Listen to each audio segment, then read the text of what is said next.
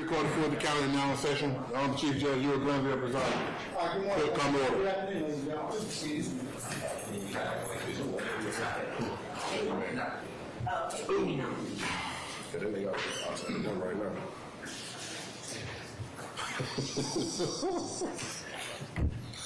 See? You already know that. What remember this? Because I was going to know that we to the media room. Nice. Judge.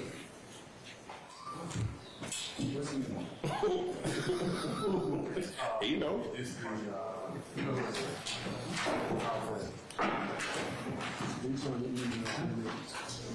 But I was able to go to the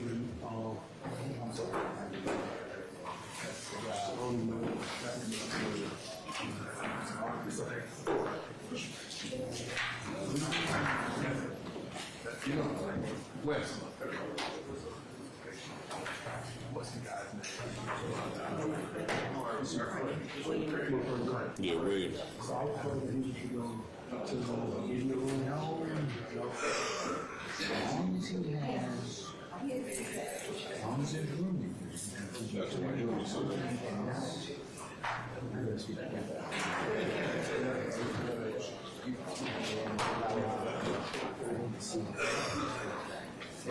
You all are going to get in trouble if you exclude him in violation of 22. The only thing you can do is still catch you around down show cause.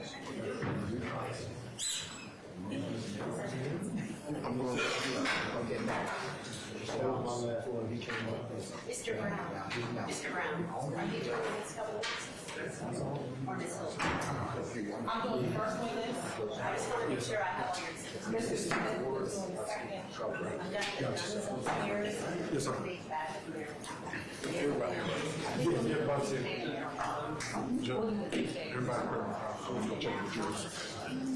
Now, the first one was for the third one. Okay. You just didn't want me to be.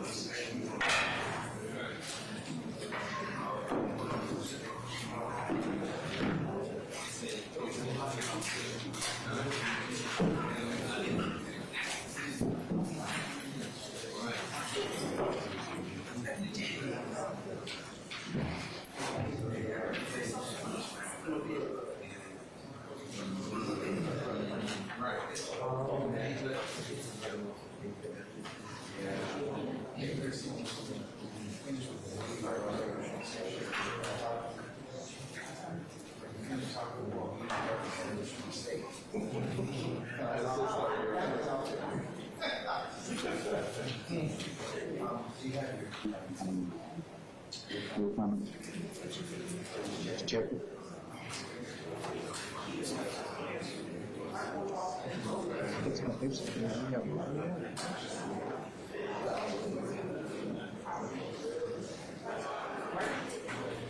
Yeah,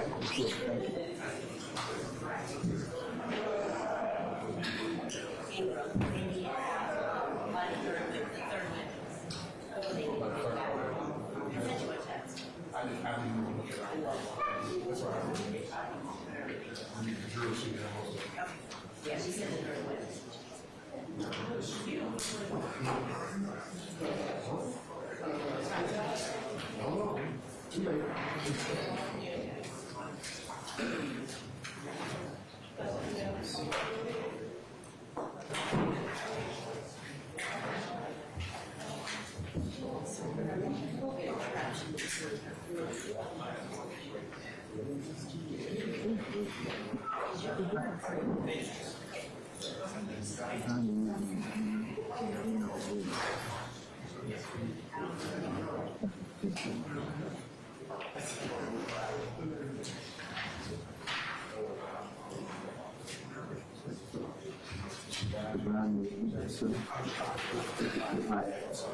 Hey, you're good, you're good. Sergeant Ingram. Everybody ready? Okay. So, well, Mr. Brown is here though. You can sit on the front table for We got a gentleman from the state. We'll be ready. All right, okay. All right, good afternoon. Council's interested parties, we're back on the record in the matter of the state of Georgia versus Khalif Adams et al. In 22 SC 183572. Mr. Stillwell, Mr. Botts. Oh, no, just Mr. Sharp. Okay, thank you, sir. Good afternoon. All right, Mr. Williams, Mr. Steele, Mr. Adams, and Ms. Renard, good afternoon. All right. Mr. Kendrick and Mr. Weinstein, good afternoon. All right, Mr. Huey and Mr. Matthews Jr. and Sr., good afternoon. All right, Mr. Nichols, Mr. Harvey, Ms. Westmoreland. Where's Mr. Gart? Okay, all right. And then Mr. Ron. At one time, security, mall security, perimeter mall security officer May, and in speaking with him, he added that on July 15th, I added about a week after his incident at the perimeter mall, that he reports with Mr. Williams. He supposedly said that Mr. Williams made a threat to come back and shoot him in the face. He said the next week he saw on the news the search of Mr. Williams' home, so he became concerned and either excluded or suppressed that search. So I just want to make sure that the state doesn't mind. I don't want to start with this, so that the state doesn't mind just telling him not to put that out. Have you already talked to him concerning that? Or can you? I can't. We had no intention of going into anything about the search, but I will Let's just make sure that he doesn't want to be too helpful, and because you all know, that I've excluded, he may not. So can you just go ahead and instruct him accordingly? I sure will. Can I get a brief moment to go instruct Yes, him? ma'am. Thank you, Your Honor. Yeah. Thank you, Your Honor. All right, anything else? Not until you go to Vegas. All right, well, I'm up already, so that's good.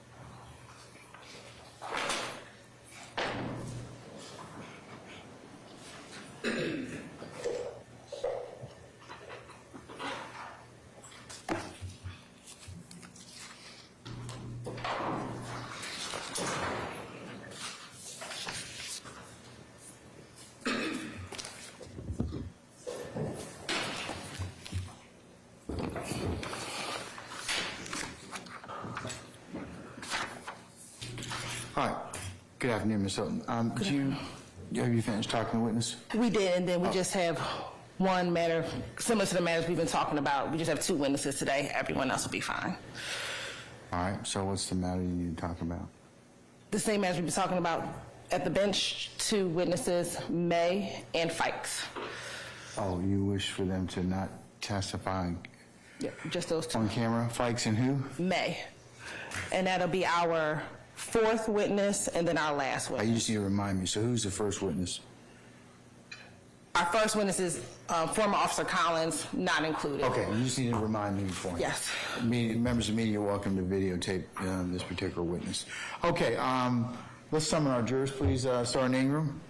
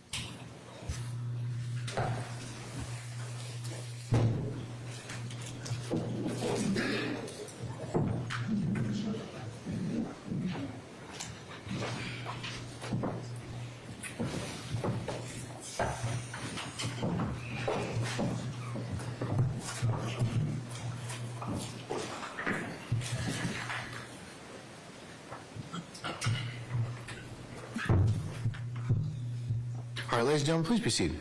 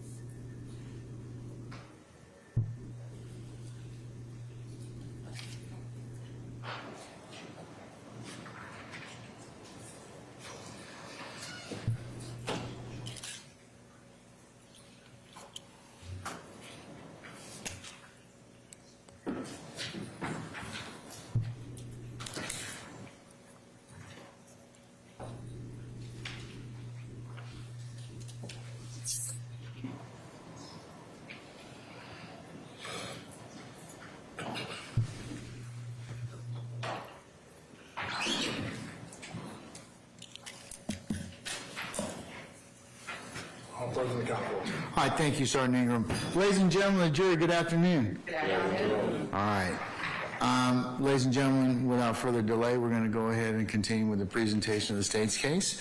Ms. Hilton, call your next witness. Thank you, Your Honor. The state will call Officer Collins to the stand. All right, summon Officer Collins, please.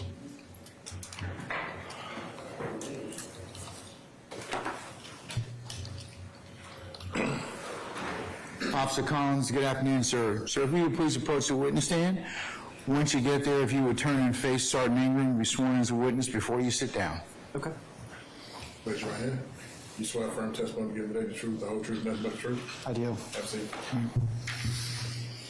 State and spell your first and last name for the court. It's Christopher Collins, spelling out as Christopher,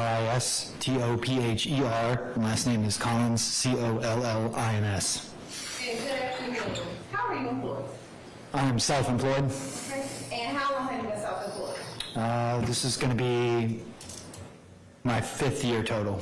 Prior to going into self-employment, did you work in law enforcement? I did How long did you work in law enforcement? 6 years. And over your 6 years in law enforcement, how many law enforcement agencies did you work for? 2. Right. What were those 2 agencies? City of Atlanta Police Department and then the Roswell Police Department.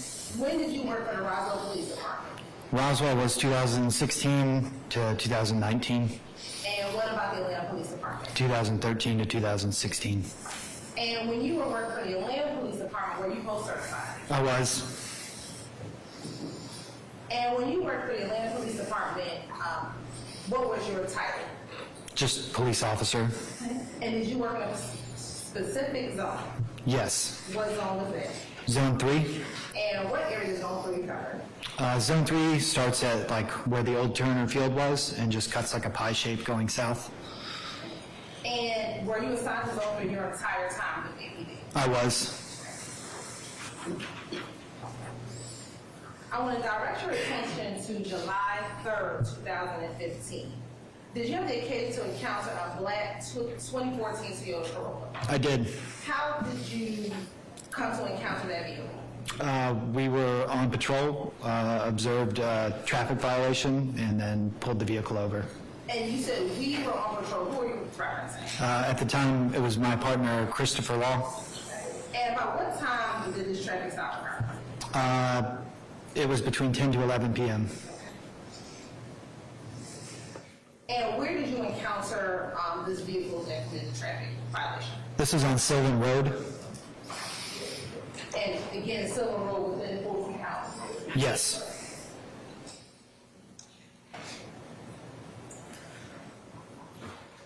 What type of vehicle were you in? We were in Crown Victoria. And was that a marked police vehicle? It was.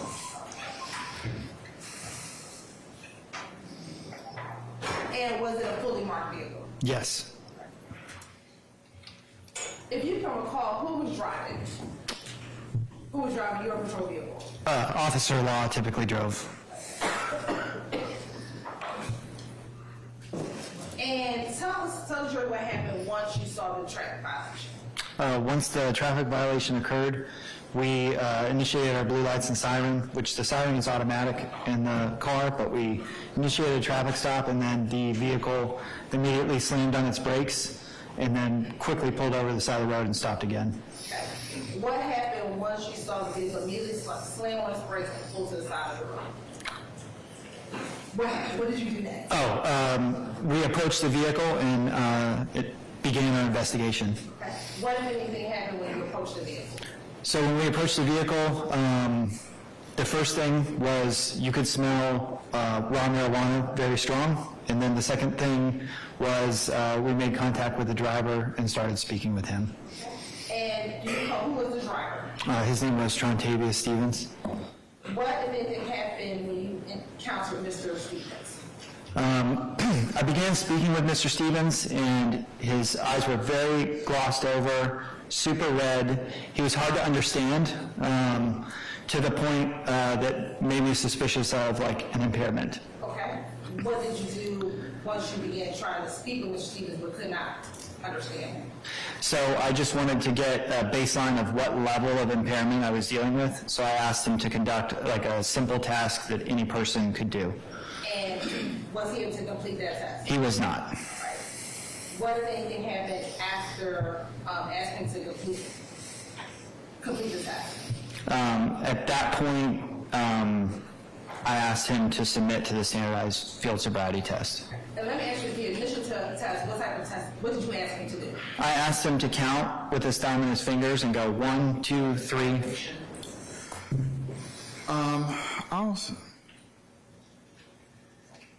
I'll stand the objection, just lay a little more foundation. Sure. When you encountered, did you ask him to perform a test? Yes. And what was that test? It was to count with his thumb and his fingers. And was that what you were just getting ready to do? Yes. So show us again, what did you ask Again, him? Your Honor, objection foundation.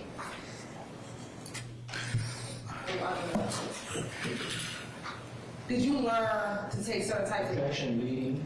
No, I'm going to overrule that objection. Go ahead. as a part of your training as a police officer, did you learn how to determine if someone may be driving impaired? Yes. What did you learn to do to determine someone was driving impaired? The standardized field sobriety test. Okay. Is there anything else before taking the field sobriety test that you were taught to do in order to determine if somebody was potentially under the influence? Outside of the field sobriety, that is the field sobriety test. Basic questions. All right. And is one of the field sobriety tests, this test counted as 1, 2, 3, 4? No. Okay. What is this 1, 2, 3, 4 called when you asked him to do that?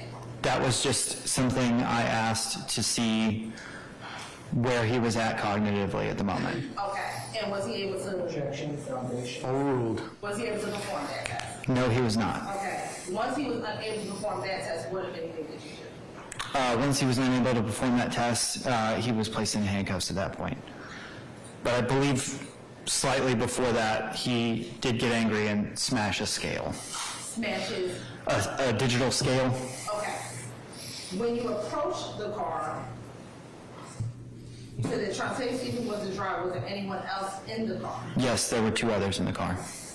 And who were the other 2 people? One of them was Mr. Gray, and the other one was Mr. Colbreth. Let's first talk about Mr. Gray. Do you remember where Mr. Gray was seated in the car? Yes, he was the front passenger. Okay. And then what about Mr. Colbreth? Mr. Colbreth was in the back seat. And at this moment, you gave us the last name, Mr. Gray, Mr. Colbert. Do you recall what your first name was? Yes, DeMontez Colbreth and Marquavis Gray. Now, you just discussed that there was a digital scale that was smashed. When was the first time you saw the digital scale? Immediately on approaching the vehicle. And was that before you had Mr. Stevens do the 1, 2, 3, 4 test? Yes. Where was that digital scale located? It was sticking out of his front right pocket.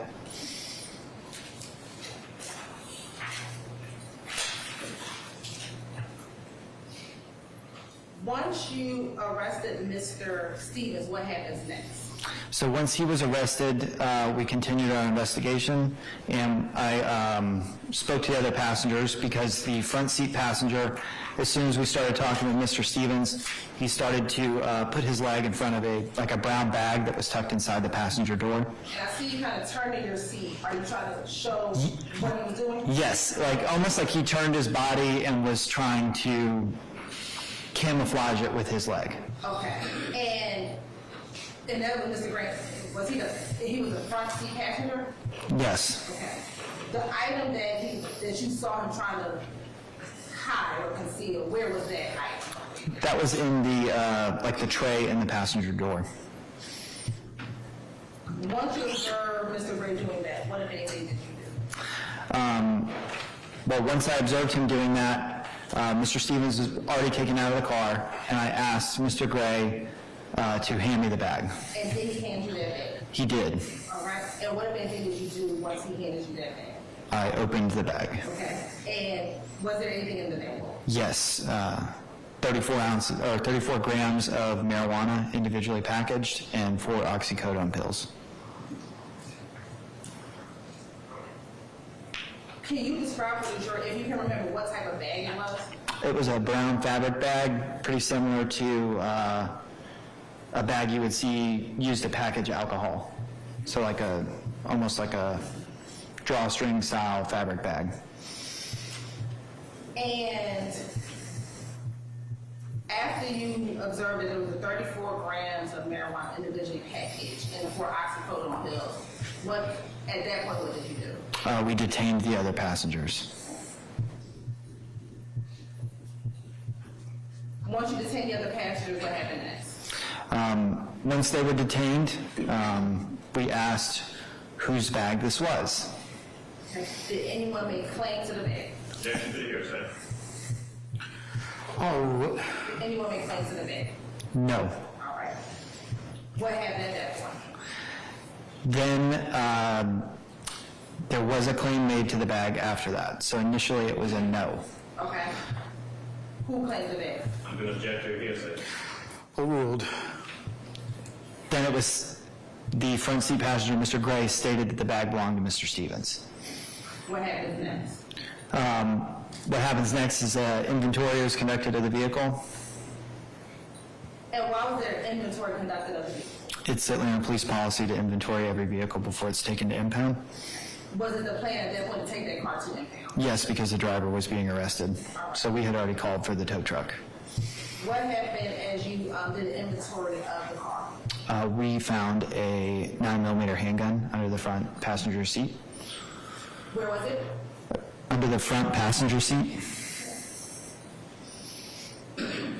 And what type of gun was it? It was a Taurus 9mm.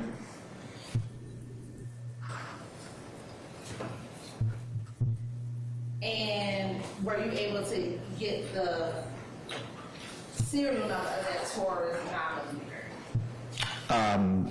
Yes, that was taken before it was put into evidence. But for the specific serial number, I'd have to refer to a report or something like that. Say it one more time. For the specific serial number, I would have to refer to a report. I don't remember that off the top of my head. All right. We're looking at a copy before I have refresh your memory. Yes. I'm going to show you what permission to approach your honor. You may. And if any business not supposed to see what I'm going to approach you. Is it fine? Okay. I'm going to show you what's been marked as State's Exhibit 226R. First, tell me, do you recognize this Exhibit 226R? Yes. How do you recognize Exhibit 226R? This is a printed copy of a police report that I wrote. And with that, look at 226R, help refresh your memory as to the serial number of the gun and the type of gun that you recovered under the front passenger seat of the vehicle. Yes, it would. All right, you can take a moment and look at the report, and once the memory is refreshed, just hold your head up and slide it. Okay.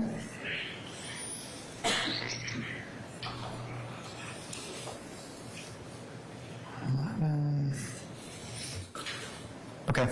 All right, what was the type of gun again? It's a Taurus PT-111. All right, and what was the serial number? It was TAW 58741. And did you ultimately submit that firearm intact? We did.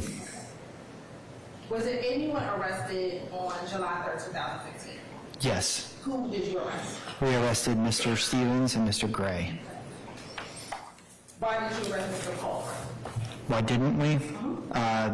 The property was not in the area of his immediate control. He was in the back seat, and he could not have possibly reached it.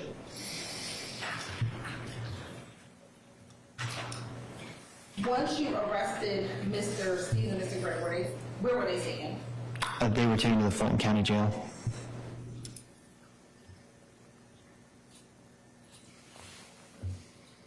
We talked about the gun you submitted as evidence. What about the marijuana and oxycodone? Was that submitted as evidence? That was as well.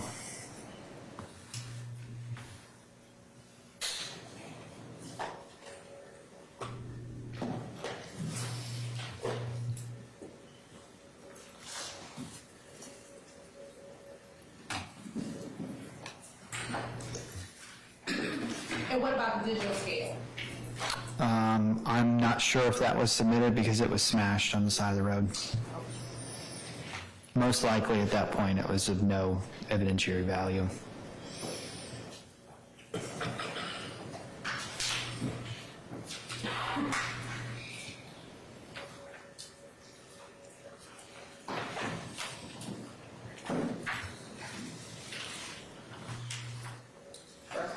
I'm going to show you what's been marked as 170-0. Tell me if you recognize it as 170-0. I do. And how do you recognize it as 170-0? That looks like what would be printed out as far as a property form from Atlanta Police Okay. for my case. For your case? Yes. And would that be the property form of what you submitted into evidence in this particular case from July 3rd, 2015? It would be. All right, and looking at State's Exhibit 170-0, does that appear to look like the list of all the items you would have submitted to Atlanta Police Department evidence on this, for this particular case? Yes. Your Honor, this time say like Lieutenant State's Exhibit 170-0 into evidence. Any objection to State's 170, Oscar? That was submitted. Deliberation. Okay, all right. Anybody else? All right, then 170 is admitted, may be published as you see fit. Thank you, Your Honor. Oh, can we have Sharon take the list? But while we're doing that, looking at State's Exhibit 170-0, can you tell the jury the items that you submitted for evidence in this case? Sure. The Taurus 911, or the Taurus 9mm handgun, Samsung flip phone, $134 in cash. There was a digital scale, an iPhone Generation 4, 4 oxycodone pills, and then 34 grams of marijuana, and then another additional 25 cents. In fact, then, what was your unit number? Do you remember? No. All right. I'm going to show you first it's been marked as 171-0. Tell me if you remember. Tell me and look at look at this as a 171-0. Sure, am I able to turn it over? You sure? Okay. And if you go. Yep. Yes, this is individually packaged marijuana, and it looks like there's another bag with a bunch of empty baggies in it. Okay. And then that appeared to be what you recovered from inside of that cloth bag on July 3rd, 2015. It does. All right. I'm going to also show you what's been marked as State's Exhibit 172-0. You can look at it and you can open it. Tell me if you recognize it as 172-0. Okay.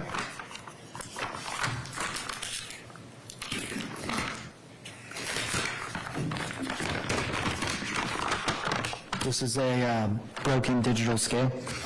Okay. And you can look at it. Does it look like or appear to be the broken digital scale as you remember seeing it on the ground back on July 3rd, 2015? It does. Remind this time, tender State's Exhibit 171-0 and 172-0 into evidence. You said 171 and 172, is that correct? Yes, Your Honor. Oh, all right. Your Honor, same objection to people who are not on trial with us. All right, so your objections noted is continuing, and so I'll admit States 171 and 172-0. You may publish as you see fit. Okay, thank you.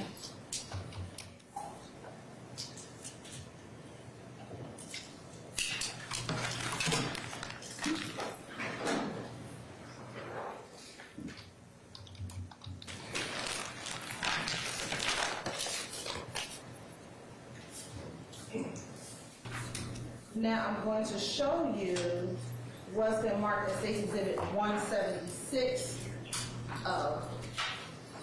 Tell me if you recognize State's Exhibit 176. I do. How do you recognize State's Exhibit 176? That is Mr. Stevens. That's who I arrested. Okay, and then who you arrested on July 3rd, 2015? It is. You are this time of state like State's Exhibit 176 into evidence. Any objection to States 176-0?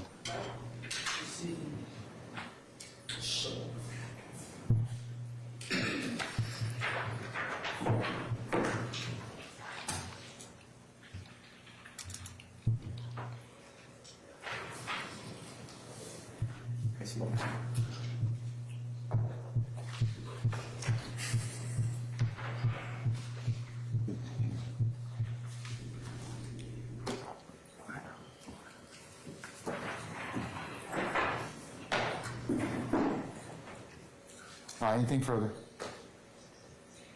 All right, 176-0 is admitted and may be published as you see fit. Thank you, Your Honor.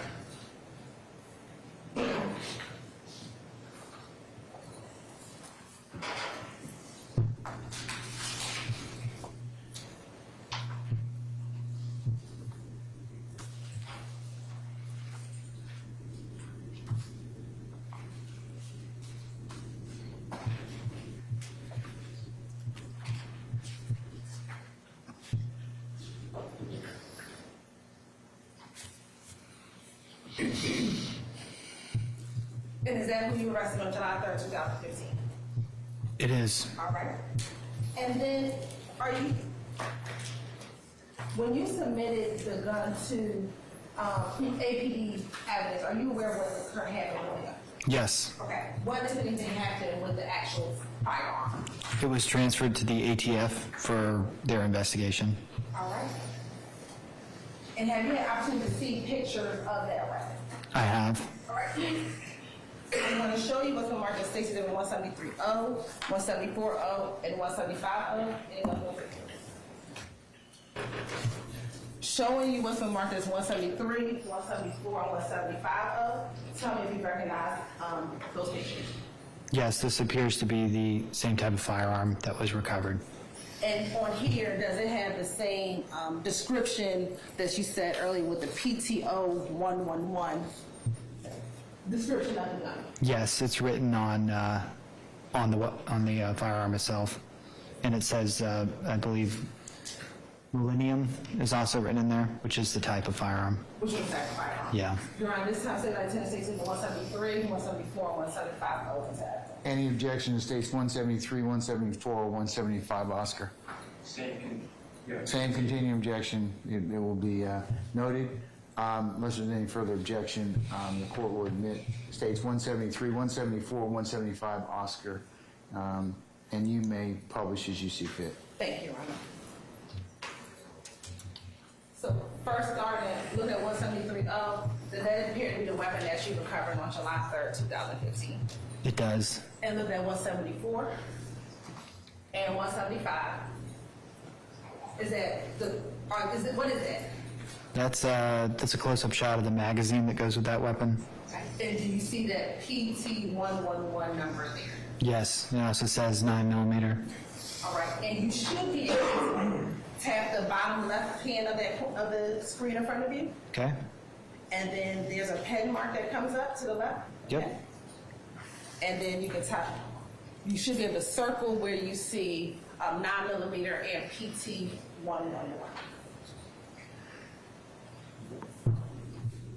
Right there. All right. Thank you.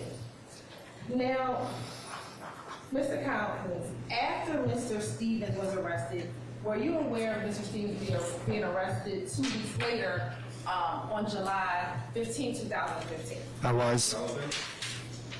I'm sorry, I didn't. Is that Mr. Matthew Sr.? Come on up. Come on up.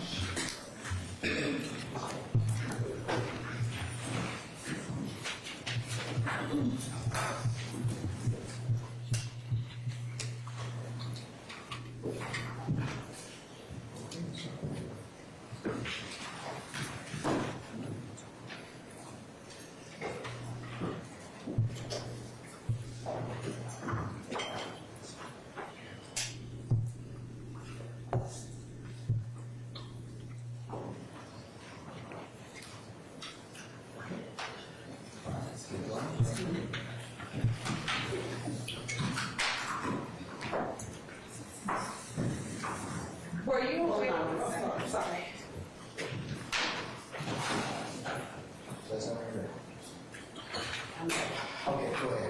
Were you aware of Mr. Stevens being arrested 2 weeks later on July 14, 15, 2015?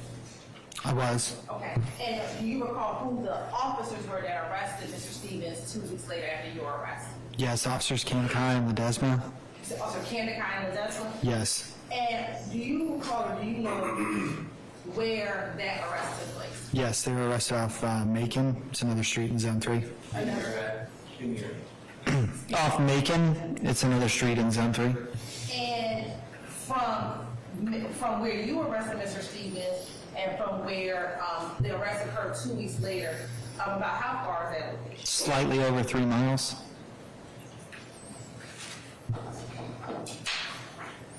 I'm going to show you what's been marked as 177. Oh, tell me if you recognize this to be 177.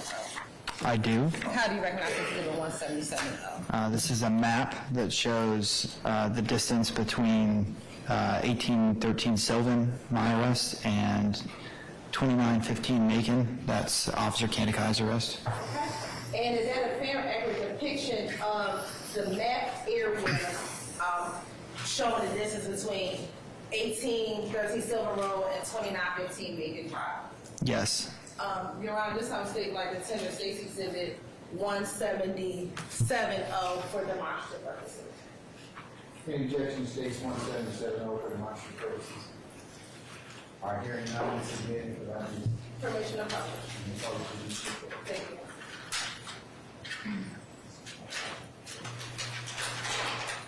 And is that the distance, is that the distance? It is 3.1 miles. Okay. And all of that, both that, is that in zone 3? Yes. Sylvan Road, when it goes much further south, it is not. There's a small little area where it's not, I believe, just past 166, but then it's City of Atlanta down here, and then it goes back out. Okay. But yeah, that's all zone 3. All right. I'm going to show you what's already been admitted as 57G.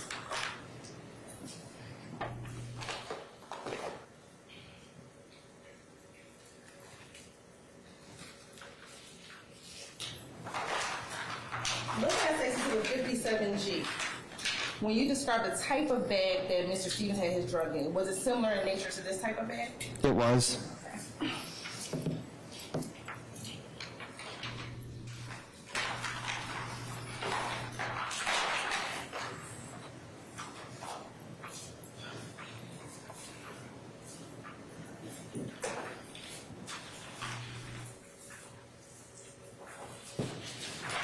After making your arrest and collecting the evidence, that concludes your involvement in this case. Yes. All right, I have no further questions. Thank you. cross. Mr. Sharp.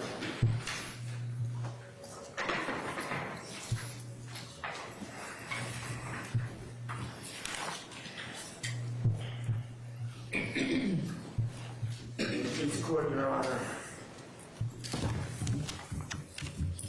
Good afternoon, former officer, now businessman Collins. Correct. All right, good afternoon. Good afternoon. All right, it's good to speak with you again. The incident you just described occurred on January 3rd of 2015, correct? Excuse me, July 3rd, 2015, correct? July 3rd. Yes. And the people in this car that you stopped were Trontavious Stevens, Marquavius Gray, and DeMontez Colbreth. Correct. Okay. Now, do you see any of those individuals in court here today? No. Okay.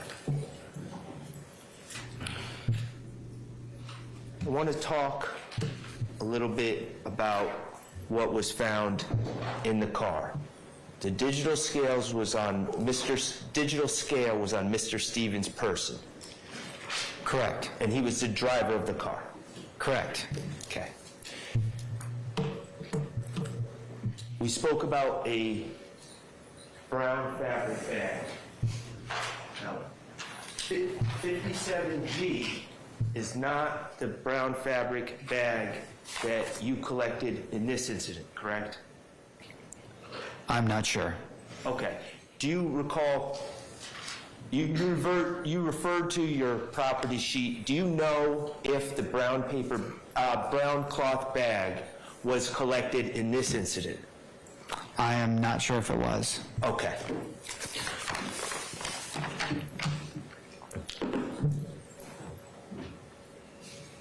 The brown cloth bag that's referred to in your report contained the marijuana and the pills, correct? Correct. Okay. Now, you were shown what has been marked 57G, this bag. And you said it's similar to the bag that you saw. It's similar. It could be the same. I mean, this is a bag that I saw in 2015. I understand. So it could be the exact same type of bag. Sure. Okay. You can't say anything was different about the bag that you saw in this bag? No.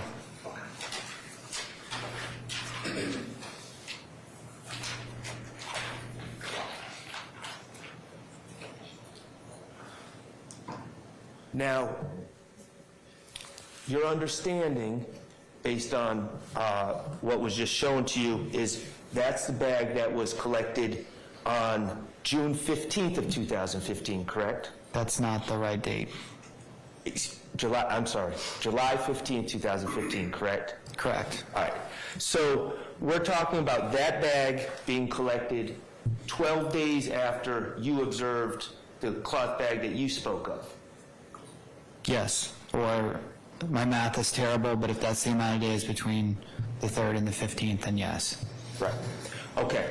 And the thing in common as far as the people involved, the common denominator between the July 3rd, 2015 and July 15th, 2015 is Trontavious Stevens, correct? Correct. Okay.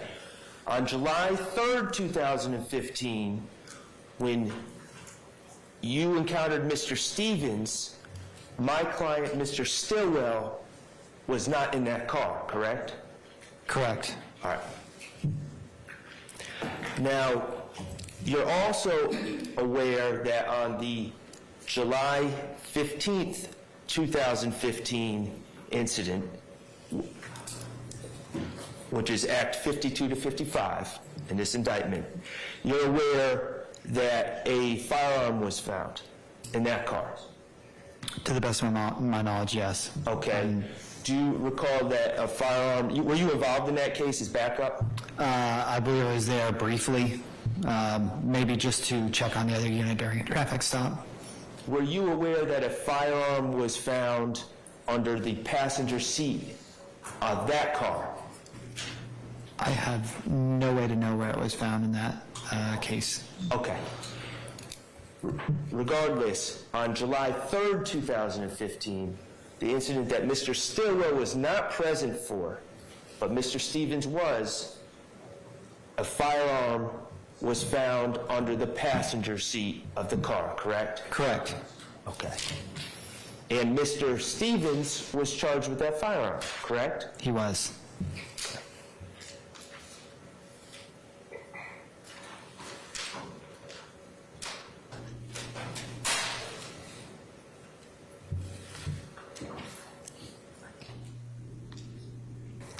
And regarding the bag that you collected in your case on July 3rd, Mr. Gray, the passenger, said it belonged to Mr. Stevens, correct?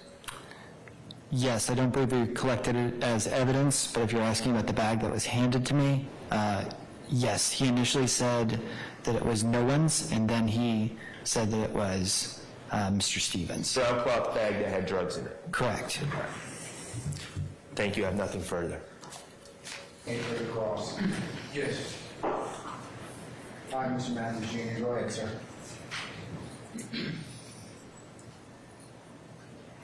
How you doing, officer? Hello. Just got a couple questions for you. On July 3rd, 2015, you arrested a number of persons in that vehicle, correct?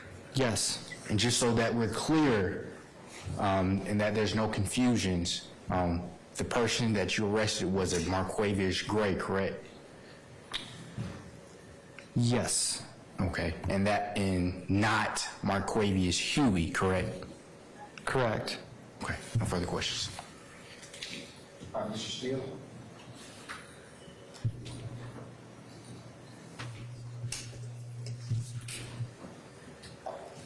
Good afternoon, sir. Good afternoon. How long did you patrol the area in Cleveland Avenue area that we saw on the map what was shown to you on direct examination? The entire time I was employed by Atlanta Police, outside of the time I was a recruit, so. Give us the years again. I would say I started patrolling there in 14, and then I left in 2016. Okay. You still have a pretty good memory of the area?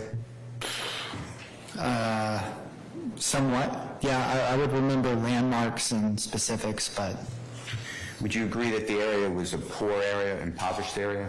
yes. And the businesses in that area, do you remember several businesses in that area? I remember a few. Okay.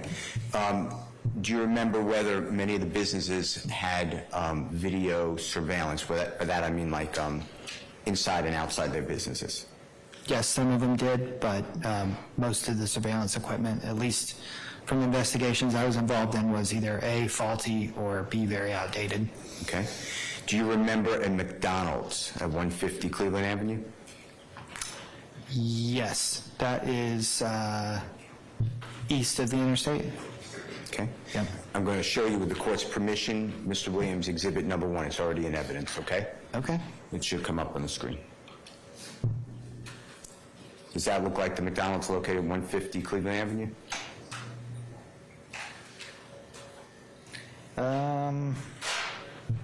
Hard to tell. There was a gas station across.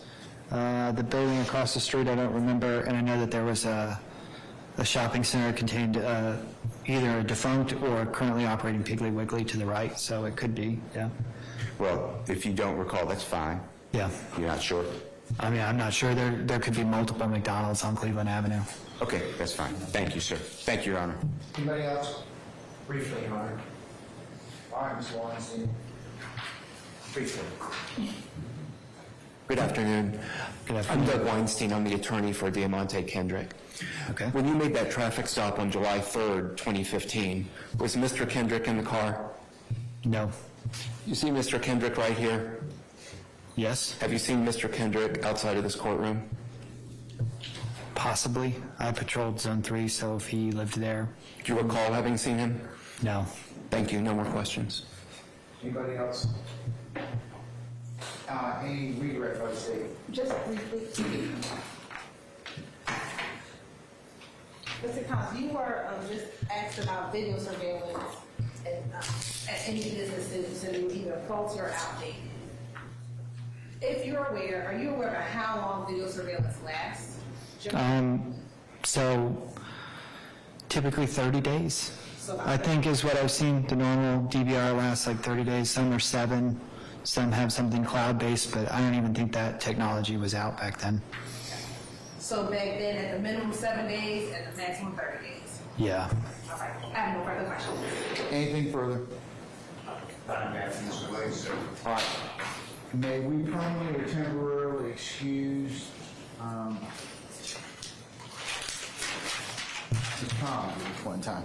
You can permanently excuse Mr. Collins. All right, Ms. Collins, appreciate your patience with us. I'm going to permanently excuse you as a witness. Please don't discuss your testimony with anybody except the attorneys in this case, okay? Okay. All right, thank you, sir. Appreciate you. Thank you. All right, state, call your next witness.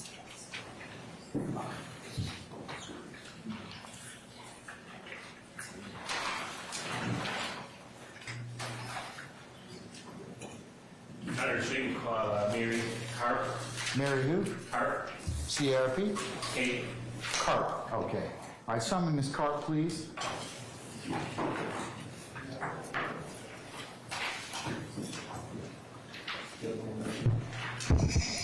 All right, Ms. Carp, good afternoon, madam. If you would please approach the witness stand.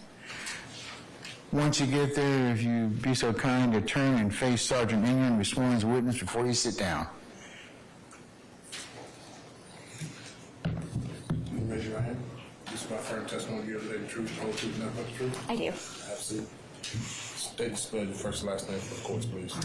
My name is Mary Catherine Karf, Mary Katherine,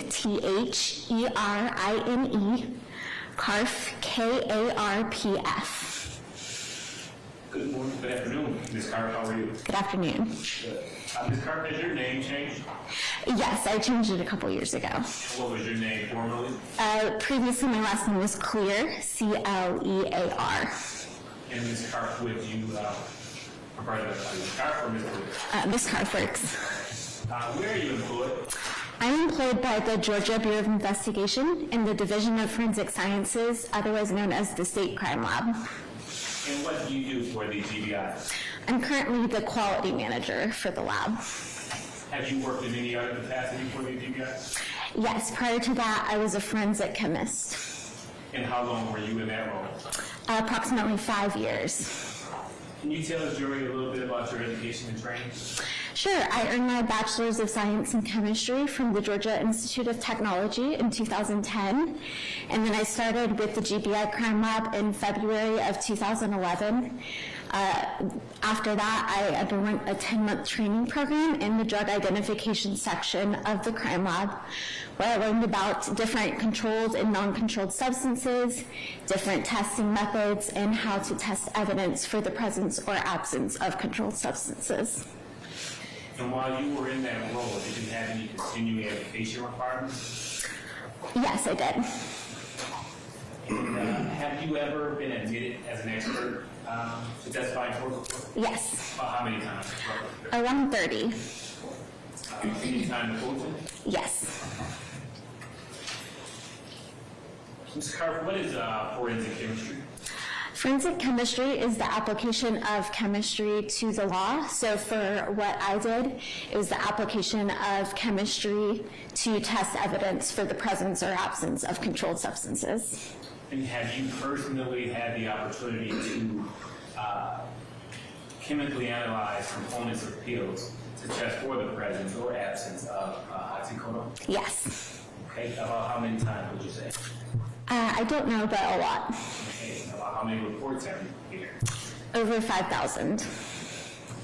And so, can you tell the jury how do you test for oxycodone? Sure. For a typical case with suspected oxycodone, I would first weigh the tablets received, and then I would inspect them for any kind of pharmaceutical markings or logos and perform what's called a logo identification on them, and then perform gas chromatography mass spectrometry, or GCMS. And if this test is performed accurately, what would the results yield? It would determine whether or not oxycodone is present in the tablets. And is this type of testing subject to peer review? Yes, as a forensic chemist, all of my testing was subject to peer review. Okay, and who would review that? Another authorized analyst at the GBI.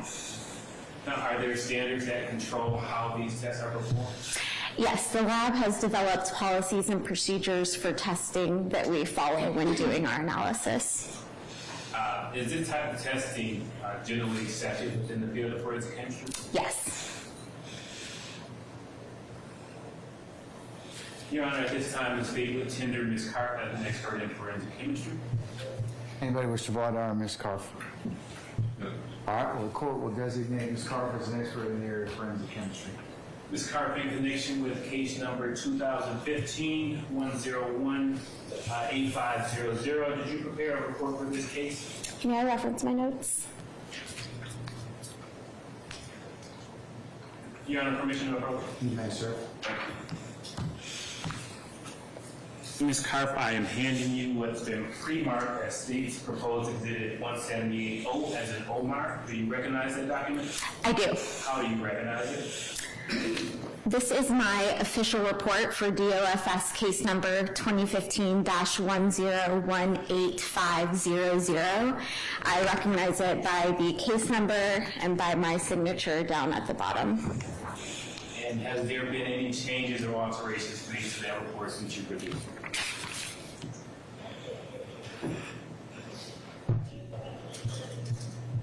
No. Your Honor, at this time, the state moves to admit State's Proposed Exhibit 178-0 as an O mark. Oscar. Oscar, I'm sorry. You were delirious. All right. Any objection to 178? Continuing objection, and then continuing with his application. I'm going to admit the State's 178 over your objection. We'll take up the other issues I said at the end of the proceedings. May I proceed, Your Honor? Yes. Thank you. You may publish as you see fit. Thank you, Your Honor. Ms. Carf, did the GDI lab receive evidence relevant to this case? Yes, it did. What type of evidence did the lab receive? One bag containing tablets And when did the lab receive these evidence? on July 8th, 2015, From whom did the lab receive it? the Atlanta Police Department. And when did the testing occur for this case? I began my testing on July 24th, 2015. And can you tell the jury what did you test? I tested one of the tablets in the bag. Did you use the principles that you just discussed before? Yes, I did. And based on your testing, were you able to reach a conclusion? Yes, I was. And what was that conclusion? Analysis confirmed the presence of oxycodone in the sample tested, Schedule 2. And did that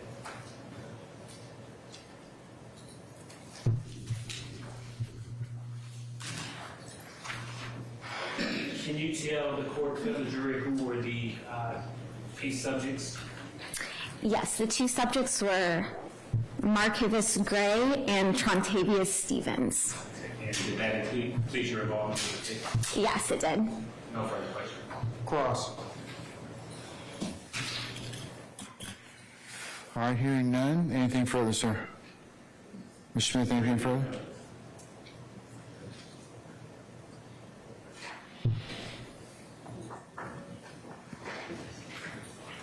Just briefly. Ms. Carter, who submitted that from the Atlanta Police Department? I'm not sure about exactly who submitted it. You can refer to your report. We just list the agency who submitted it. I can give you Respectfully. Basis. Redirect, it's out of the scope of any redirect. Overruled. Process. Overruled. I'm going to object that you can't redirect if it's not in cross. Overruled. Anything further? Are you done? Nothing further. Okay, all right. May we permanently or temporarily excuse Ms. Carr? Permanently. All right. Ms. Carr, I should say, I apologize. Madam, I'm going to permanently excuse you as a witness. You're free to go about your usual duties and avocation. Just don't discuss your testimony with anybody except the attorneys in this case, okay? Thank you. All right, thank you, madam.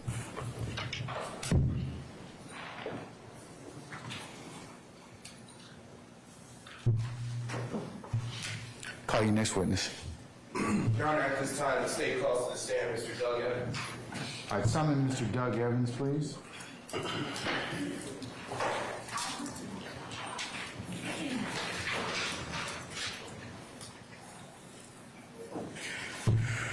All right, Mr. Evans, good afternoon, sir. Sir, if you please approach the witness stand. Once you get there, if you'd be so kind to turn and face Sergeant Amy, who was sworn as a witness, before you sit down. Raise your right hand. You swear affirm testimony you give the truth, the whole truth, nothing but the truth. I do. Have a seat. Thank you. State and spell your first and last name for the court, so that into the microphone, please. Douglas Evans, Douglas Evans. No, sir. Yes, sir. Yes, sir.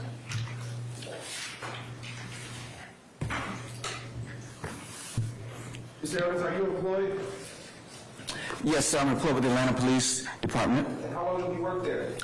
I've been employed there for 27 years, and 17 of which was with the Atlanta Police Crime Lab. Okay, and what duties or responsibilities did you have with the Atlanta Crime Lab? Mostly my day-to-day duties there. I help with the accreditation, and from 2006 until about 2019, I did the majority of the marijuana analysis for the lab. Okay, and what kind of education did you have to do that kind of analysis in the crime lab? I've had over 200 hours of drug training. The specific training for the marijuana examinations was the certification through the Georgia Public Safety Training Center, and that was done through the GBI's Department of Forensic Sciences training. We had to pass that training with a practical test of 100. Okay, and did you pass your test with 100? Yes, sir. Okay, and Have you ever been admitted to testify as an expert in court? Yes, sir. I'm sure it's been at least 13 times, or a little, maybe more.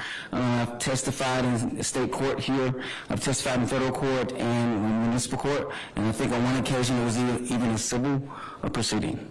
And have you ever testified in the field of forensic technician or marijuana examiner? That's correct. Okay. And what is Delta-9 THC? Tetrahydrocannabinol, the main compound in the marijuana plant. Typically, that's what we know in layman terms that gives the euphoric or high feeling. Okay. And have you ever personally tested Delta-9 THC? Well over 10,000 cases for the main job duties at the crime lab. Yes, I have. How do you test it? Well, there are several things that we do when we get a sample, typically from our locked drug evidence vault. It's a key card access to get that, and when we have a case assigned, we will take it to our station. And the first thing that we do is when we breach the seal of that evidence bag, typically we will always breach the seal at the bottom of the bag, and we will take that sample out. And so the first thing that we'll normally do is weigh that sample. We have to weigh it first so that we can get the critical weight to know if it's going to either be over 28.35 grams or possibly over 10 pounds or even 2,000 pounds. So once we've gotten the weight with our calibrated scale, that scale is typically calibrated by an outside agency like Right Weight. The weights themselves are also calibrated, and then our scales are checked every day at the beginning of our examination, at the end of the day, to make sure that there's no error in the weighing process. Once we get the weight of that sample, we weigh the packaging, which is the gross weight, and then we will take the packaging away because on the official laboratory report, we only use the net weight. And so the net weight is the weight of that sample without the packaging. So after we've weighed that sample, that's the first thing that we do. Then the second thing that we do would be to place it under a microscope. And so we get the visual characteristics or the morphology of that leaf. We place a small sample under the microscope, which is typically 30 times the magnification of that sample. And we're looking for two things on the microscope. Typically, there on the top of the leaf, there's a cystolithic, almost like hairs or trichomes. And then in the bottom of the leaf, we have to have a sample that we can look at the bottom of the leaf as well. And then there's also some hairs or little fibers called covering trichomes. And so if those are present on the microscope, the microscopy tells us that this plant is in fact a cannabis or marijuana plant.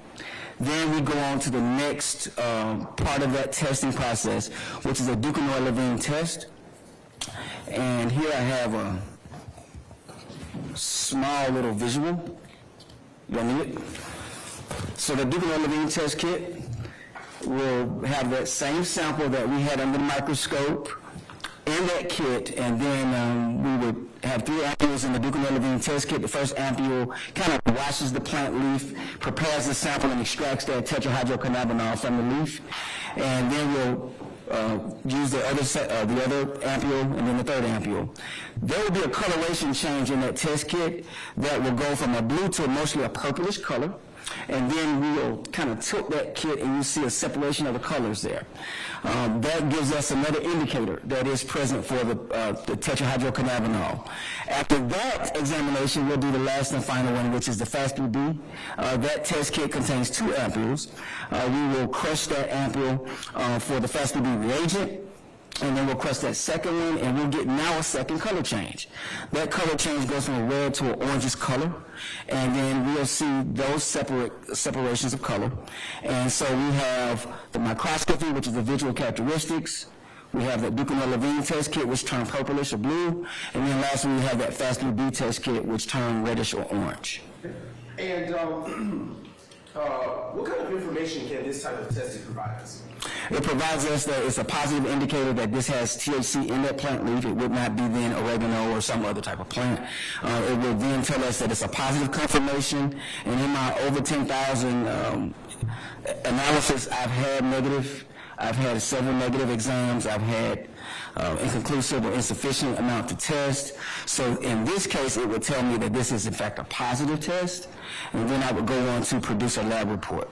Okay. Are the results of your testing subject to peer review? Yes, after I draft my report, my lab report is then listed in our case management software as drafted copy, and then my peer employee will typically peer that case, and then it's drafted as a final copy. So that report cannot be released as a final copy until it's peered by one of our technicians.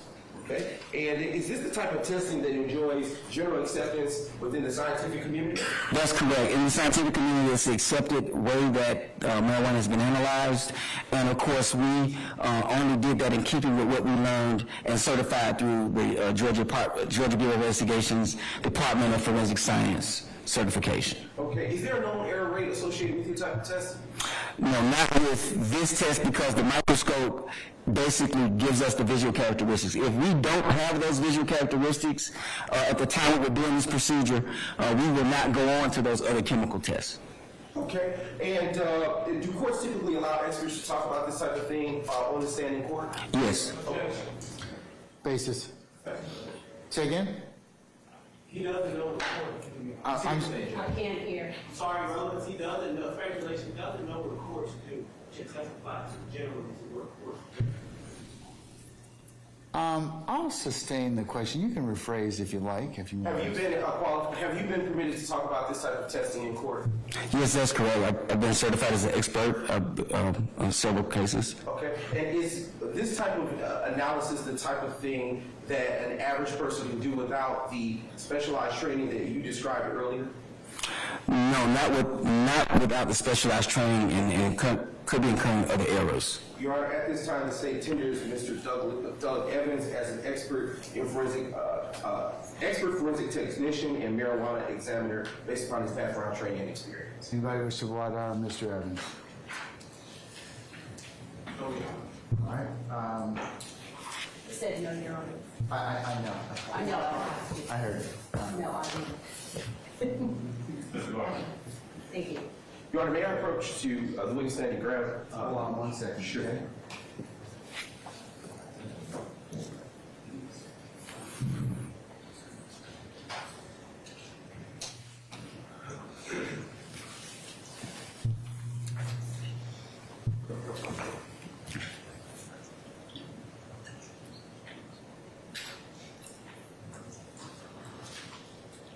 All right, the court will designate Mr. Evans as an expert in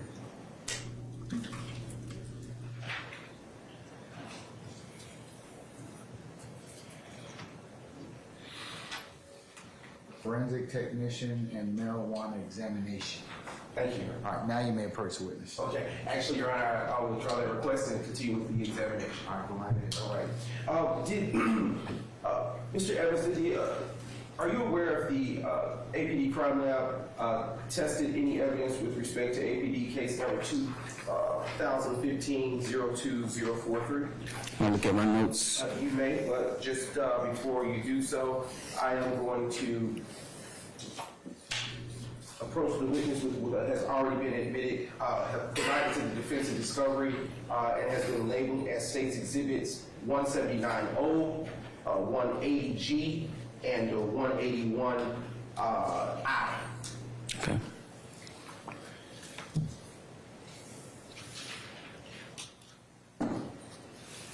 Yes. Okay. Mr. Evans, what have I handed you as State's exhibits, the State's exhibits that have just been called off to the jury?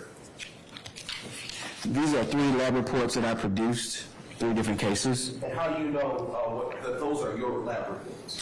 When we complete a lab case, we generate a report, and we have to enter a special code number for our signature to appear that we know no one else could have reported those findings but that person. And my name is here, meaning that I was the one that entered that code.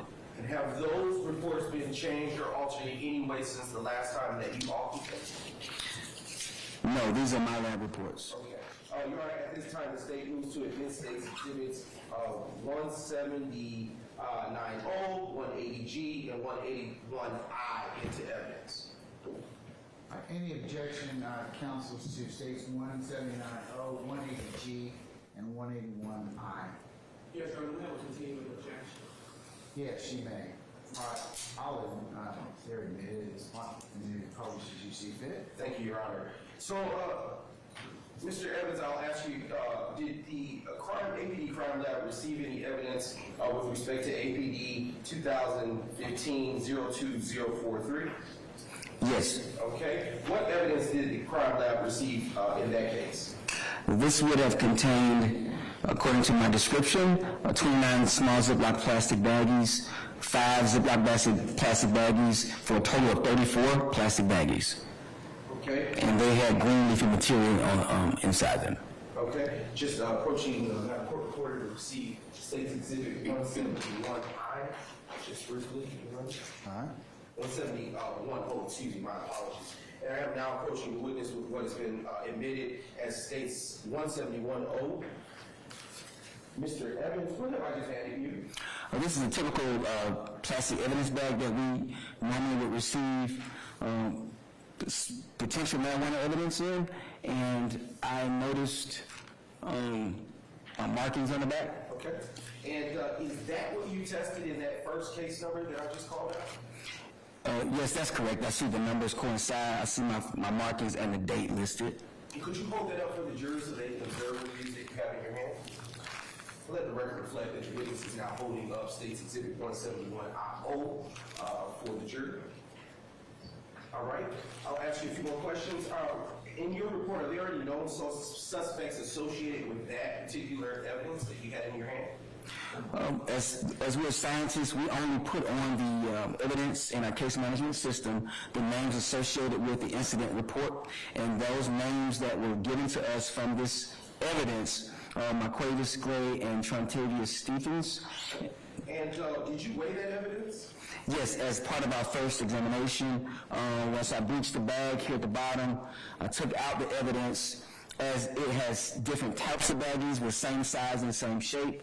I notated that in my notes, and I weighed that evidence and got a gross weight. What was that weight? I'd have to look at my notes.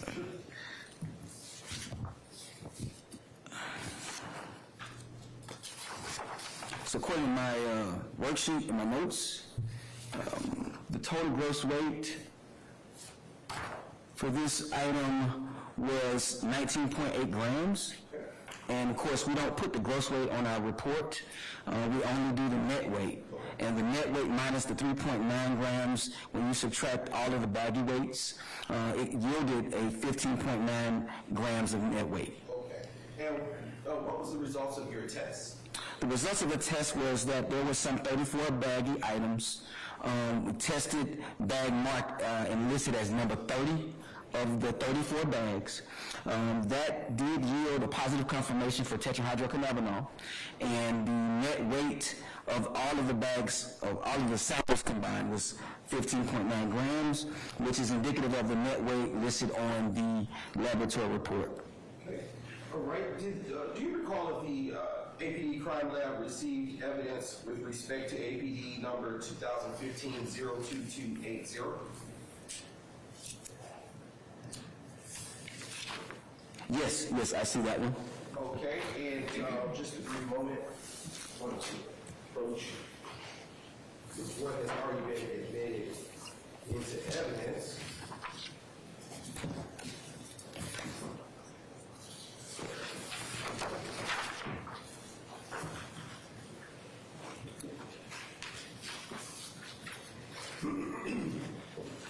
Which has already been admitted as State's Exhibit 56G. And what have I handed you, Mr. Evans? Typical evidence bag that we would get for most of our cases, our smaller cases. This has the incident number on it that matches the incident number on the report, and it has 3 suspects that match the 3 suspect names on this laboratory report. What are those suspects' names? Shannon Jackson, Marquisia, please, and Trontavious Stephens, and I'm sorry if I mispronounced the name. You did the best you can, that's all you can ask for. Did you weigh the evidence in that packaging? That's correct. Per our training, the first thing that we did after I notated in our description that there was one sandwich bag, 12 small purple baggies. Those have same size and same shape. And then there was some looked like loose green leafy material that was not in the bag. And so all those items were weighed, giving according to the notes, gross weight of all items, 12.1 grams for all 14 items. And for the purpose of the jury, could you hold up the latest exhibit that I handed you and show them what it is that you, maybe turning it around? Yes, let the record reflect that the witness has now held up the last state's exhibit and is now showing it to the jury. All right, you may place it, put it down. And did you in fact test that material in that bag?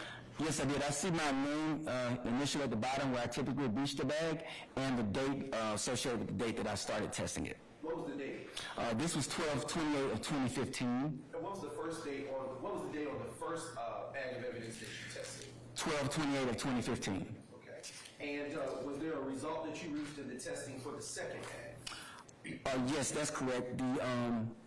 The second bag yielded a positive after doing the weighing, doing the microscopy, looking at those visual characteristics, doing the test kit coloration change. We noticed that it was, I noticed that it was positive for tetrahydrocannabinol, and the net weight was 8.7 grams. And did you receive any evidence with respect to APD case number 2019-00175? Yes, I have a lab report for that. Okay, and I am now approaching you what is marked and admitted already into evidence as State's Exhibit 171I. What is it that I just handed you? A evidence bag that we typically would get for marijuana, and I see my initial here and the date at the bottom, and so I would have also tested this. And is that what you tested in this third case? Yes. Okay, and let the record reflect that the witness is now holding up State's Exhibit 71I for the jury. Okay. You may put it down. And were there any suspects associated with this third case for which you tested evidence? Yes, I have one suspect listed here, Quamaris Nichols. Okay, and what did you do when you received that particular piece of evidence? There were two things listed in this bag of evidence. One was a cigar type sample, and one was a sandwich bag that had the bulk of the weight. So adding those two weights together was the first thing that we typically do, which is the gross weight of 17.8 grams. Subtracting the 1.1 sandwich bag weight yielded a net weight, once all of the testing was done, of 16.7 grams. Okay. And what was the results of your testing in this third case? The results of that was based on the microscopy of the main sample from the sandwich bag. The two coloration kits where you saw the coloration change, it was also positive for tetrahydrocannabinol in this case. Okay, and for all three of these cases that you tested the marijuana that came back as positive, did you follow the steps and standards that you described earlier in your testimony? That's correct. Since none of these met a threshold of over an ounce, then I just tested the bag that I chose to test, and in this case it was the largest amount, which was the sandwich bag. And are all of your findings that you described here on the stand contained within the three reports that have been admitted into evidence? Yes. And does that conclude your involvement with these three particular APD cases? Yes, typically that would include my involvement other than daylight today. Your Honor, I have no further questions for this witness. Cross. Mr. Garner, go right ahead, sir.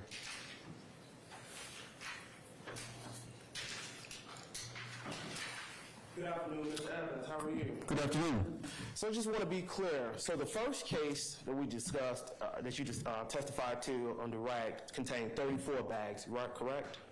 Let's see. The very first case, yes, that was a total of 34 items. Right. And the second case contained 12 bags, 12 grams of marijuana, correct? Yes, it did. It contained a total of 14 items. There was one bag and then one that was loose that was not in a bag at all. Okay, and so those first two cases, they did not involve Mr. Quamarvius Nichols, correct?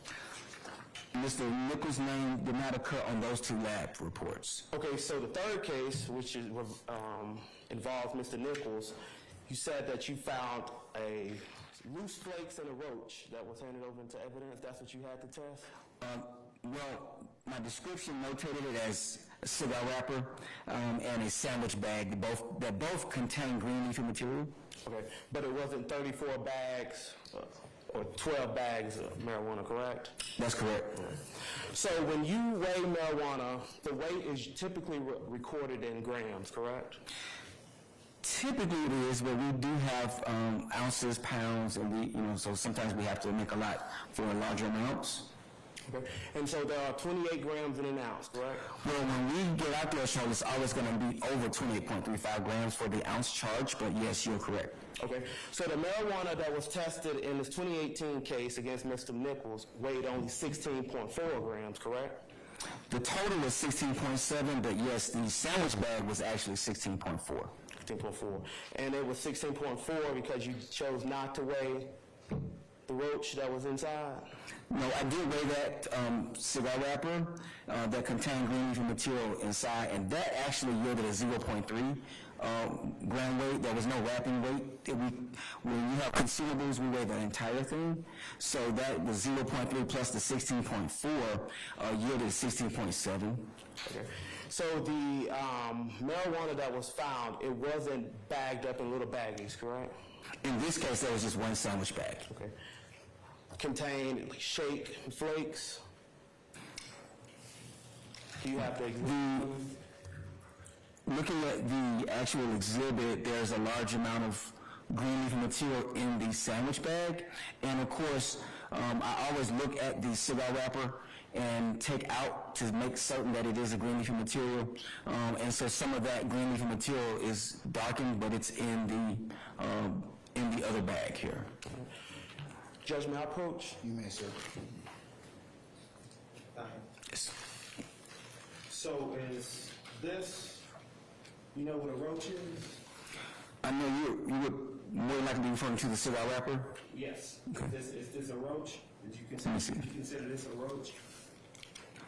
Yes, I would consider this a small consumed item. Consumed, so it's Yes. already been smoked. I mean, it had been. Well, it has been burned, yes.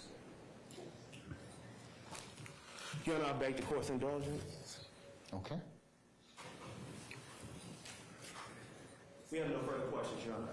Mike? Anything further for anybody else? Any redirect? What, earlier on cross, you were asked about consumables. What are consumables, Mr. Evans? Consumables are things that would contain green leafy material. It could be cigar wrapper, it could be paper. We get all kind of things that actually have charred or burned leafy material as opposed to the raw form of leafy material. No further questions, Your Honor. Anything further? All right, Mr. Evans, be permanently temporarily excuse the witness. He may be permanently excused. All right, Mr. Evans, thank you for your patience with us. I'm going to permanently excuse you as a witness. That means you're free to go about your usual duties and avocation. Just don't discuss your testimony with anybody except the attorneys in this case, okay? Thank you, Your Honor. All right, thank you, sir.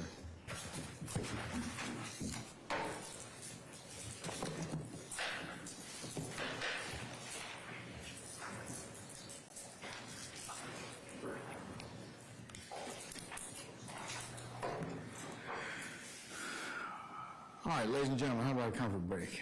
Yes, sir. Stress break. All right, okay. We're going to be in recess, let's just say 15 minutes, and we'll go ahead and come back and see where the afternoon leads us, all right? All right, we're in recess for 15 minutes. All rise.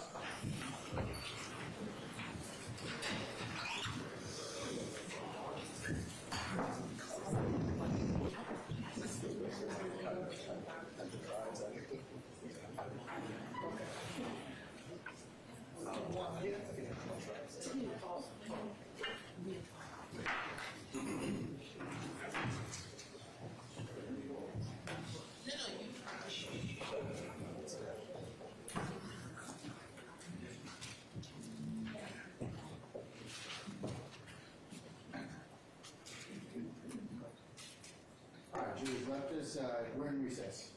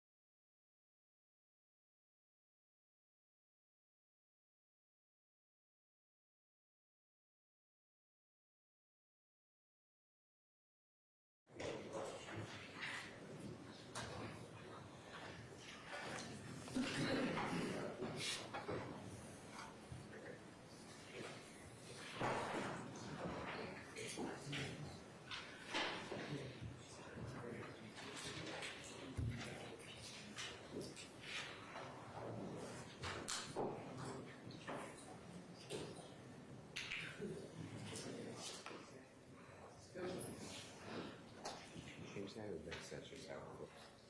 Are jurors all back? Yeah. Hold on, Tim. Let me make sure they read any of that. All right.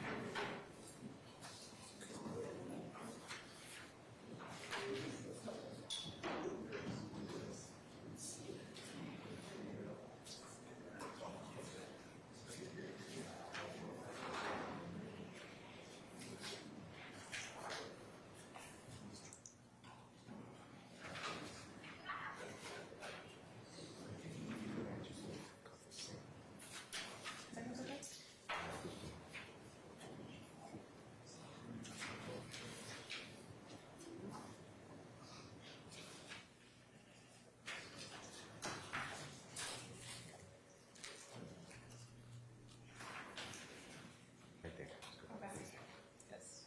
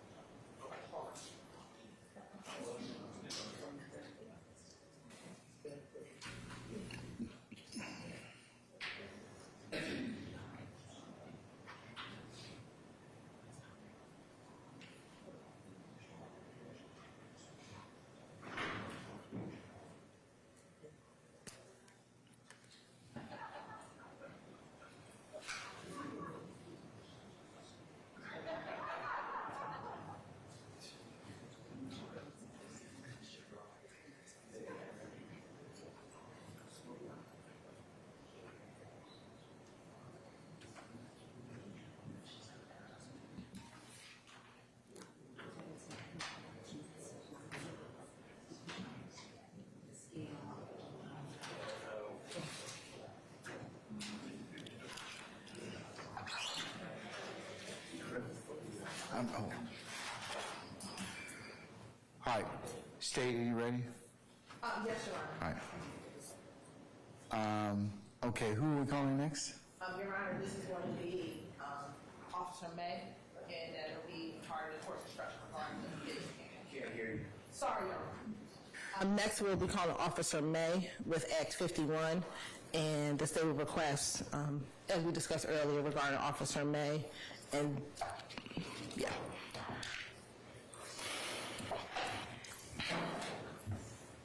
And prior to that, Your Honor, I have a certified copy that I need to introduce.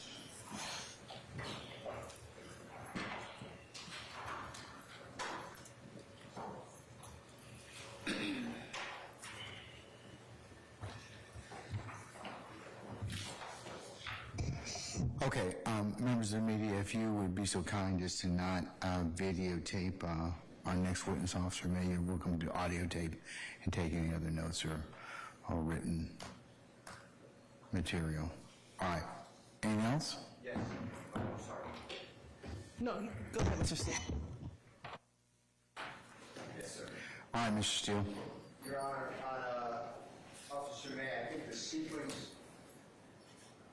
of events are that he has an encounter allegedly with Mr. Williams and two other people at the Perimeter Mall, and then later, after that, he reports it to law enforcement that day. Later, he gets threats, social media threats. Who gets threats? Mr. May. Okay, later that day? I don't believe it's later that day. Okay, well, sometime thereafter, he gets threats from whom? Right. So we don't know. It's not Mr. Williams. The state would like to introduce that portion. I don't believe that it goes to anything except character, and I understand it's not Mr. Williams making the threats, but I don't understand that under 401, 402, or 403, it's not Mr. Williams, why that would be coming in. And I think the state is under the belief, which I believe is mistaken, if I'm saying it right, and someone will correct me, that the way that Mr. May realized Jeffery Williams' real name is after he got the threats, he Googled Mr. Williams. And if that is true, then I would like it to be said that nothing about the threats, but that he Googled his name later and found the former his young thug, his name, Jeffery Williams. Big response? Yes, Your Honor. Your Honor believes that. So the sequence of events is after this event, Mr. May was threatened online, which caused him to change his behavior, shut down his social media, and from that he Googled he learned that he was being threatened because of his reporting of the threats that Mr. Williams made to him. I don't think it was too much time in advance. I think maybe about a month, maybe even 2 or 3 weeks. Once he learned that he was being threatened, he shut down his social media. And at that point, he determined to learn more about Mr. Williams, and so he put his name in, and that's how he learned his name was Jeffery Williams. He did not know that when the threats were made. Initially, he just knew him as Young Thug, or that he was Young Thug. And then what precipitated him finding out his real name was he learned that he was being threatened, shut down his entire social media accounts, and then began to learn more about who Young Thug was and learned that his name was Jeffery Williams. And it was at that point he learned that Young Thug was Jeffery Williams and the person who made the threats to him at the mall. So he didn't know who the person that made the threats to him until he was... He knew it was Young Thug, but he didn't know he knew that? Yes, he learned on the day of the threats that it was Young Thug. He did not learn that Young Thug's real name was Jeffery Williams until later. How did he learn his name? He Googled Young Thug and just kind of went deeper from there. But he just says, I started to Google more about Young Thug and then learned his name was Jeffery Williams. I believe is what his testimony will be. He can't tell me. I don't believe he'll be able to testify as to what sites he went on or where he went, but that he began doing internet research and then learned his name was Jeffery Williams. I spoke with him, Your Honor. He did not say that Mr. Williams or Young Thug made any threats to him. That's what the part I want us to believe. But that preceded what he did after that. And we think it is important that he was being threatened solely because of his reporting of Young Thug threatening him at the mall, that he began receiving threats so much so that he had to change his entire behavior. And then from there, that's what precipitated him going and making and determining that who Young Thug was. Okay, so what's your objection, Mr. Mr. Steele? The part that we're on notice of in the indictment is July 7th of 2015, Mr. Williams was at a mall. I got all that. I got that. Okay. Weeks later, Mr. May claims, I don't have it, I can't read it, it's hearsay. He claims that he's being threatened on social media. I've never been given social media. I'm not saying it's true. I have no idea if it's true or not, but I can't even read the social media. No one's saying that Jeffery Williams or Jeffery Williams had somebody threaten Mr. May. Mr. May then said, I don't want to be on social media, and I want to look into who are all these people outraged that I had a confrontation with Young Thug, and then he realizes how popular Jeffery Williams is as a renowned artist and found out his real name. I don't understand in my mind why I have to deal in this court with inadmissible hearsay, which is a threat, just to get to this person then Googled and found out Jeffery Williams' real name. Your Honor, it's not inadmissible hearsay. He can say, I received threats. We're not saying what the threats are. He's saying, I received threats on this social media. Once I learned that I received threats because of being threatened, I then did this. A threat is a statement. But, no. That is an out-of-court statement that the state is offering. No, you're just making a threat. I mean, a threat would be, I'm going to shoot you. That would be a statement of the threat. But just to say people made threatening threats to me on social media. It goes to also show his behavior as to what happened afterwards. So What is that? What behavior is relevant to this case? The threat allegedly happens on July 7th at the mall. That's what he wants to believe. And the police that day, and I assume the state will call Officer Stevens because he's here. That day, Officer Stevens wrote his report. The performer known as Young Thug is Jeffery Williams. So I don't even know what relevance it is that Mr. May, weeks later, to a month later, or 2 months later, he really doesn't know, finds out that it's Jeffery Williams. Because he's the victim in the case, and that's how he came to learn Mr. Williams' true name. yeah, but it's kind of here. It's all that is really hearsay on a couple different levels. What part is the hearsay, Your Honor? The fact that what did he go? What did he see? What social media did he view? But we weren't asking him all that. We weren't going to ask him we're going to ask him, did he receive threats? Yes. Where was that from? Social media. That's it. And then, what did you do as a result of that? So the hearsay is that we're not offering for the truth of the matter asserted. We're not offering any words for the truth of the matter asserted. We're offering for his effect on the listener based upon what he did and what he understood his threats to be. He then determined he needed to shut down his social media. He needed to learn more about who this individual was, and then he learned his name was Jeffery Williams. All right, Mr. Steele, I'm gonna overrule your objection. It is effect on listener, but I won't let them talk about specifically what I think that what he did, why he shut down his Instagram, why he came off of social media.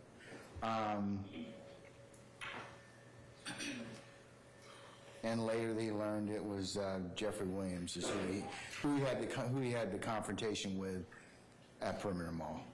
Your Honor, can I just ask the court, I understand your ruling, but what relevance is it that the gentleman, a week, 2 weeks, 3 weeks, I don't know the time, a month, 2 months, shut down social media?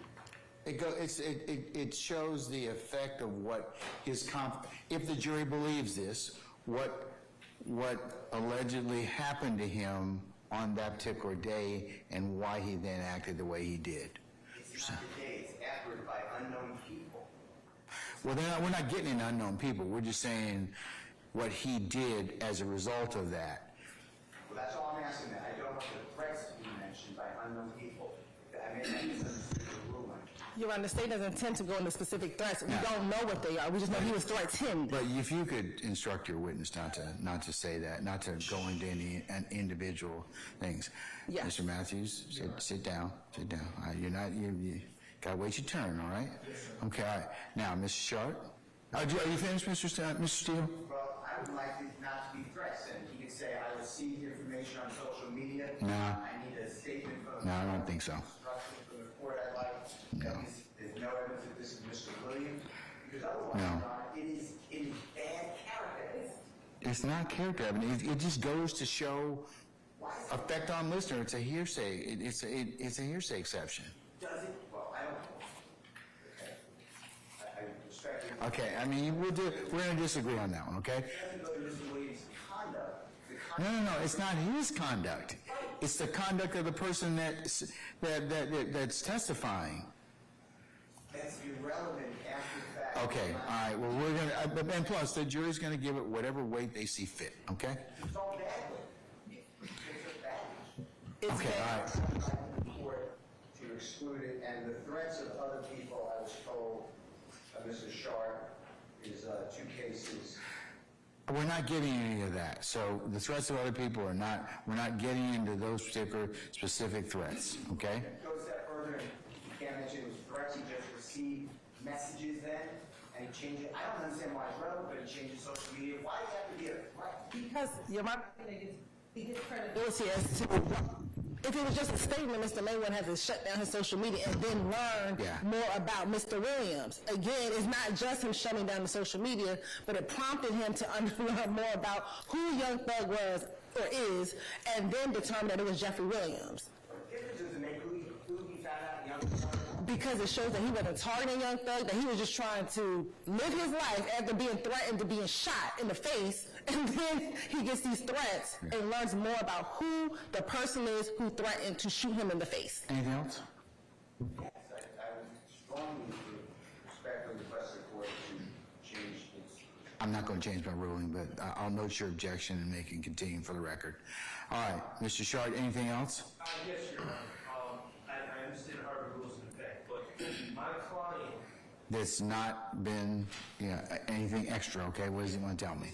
Stillwell is, we're concerned about the injection of these quote-unquote, even if we don't. Objection of what, sir?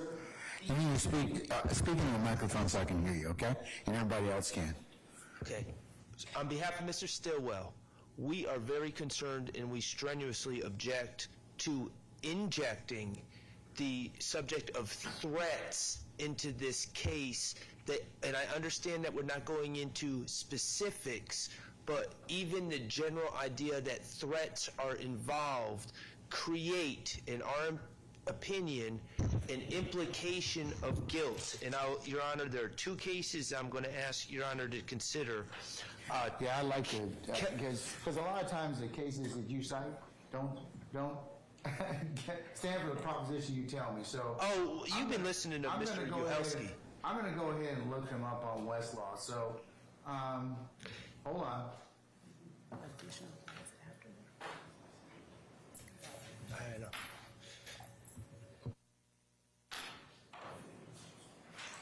You ready? Not yet.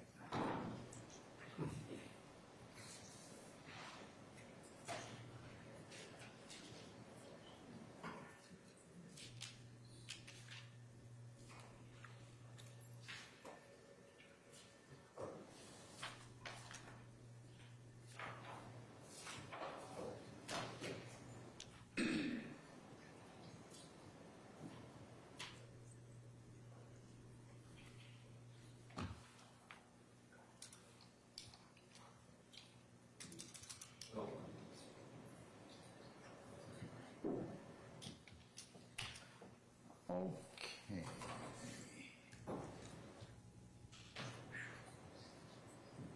All right, sir. What's your first case citation?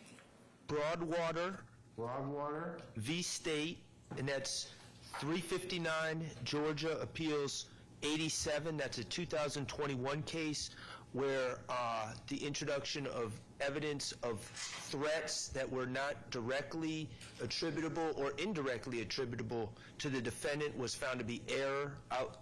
In this case, the Broadwater case, there was overwhelming evidence of guilt. So it was found to be harmless error, but error nonetheless. And the other case is Kelvey State, 280 Georgia 669. 280 Georgia what? 669. And what's that? And what's the name of that case again? Kell. Kell, and that's a 2006 case. All right, hold on a second. It's Kelvey State? Yes, Your Honor. All right, hold on.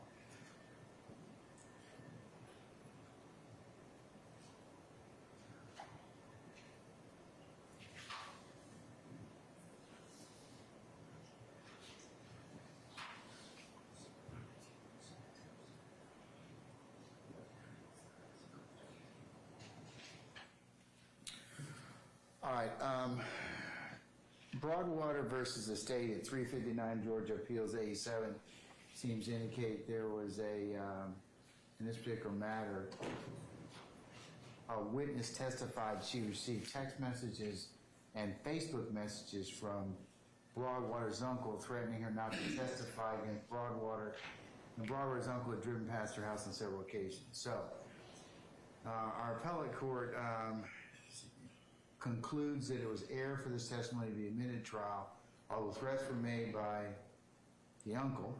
State presented no evidence that Broadwater made the threats against Laughinghouse, a witness, I guess, or that he directed another person to send the threatening messages, nor did the state present any circumstantial evidence for an inference to be made that the threats were made at Broadwater's instigation.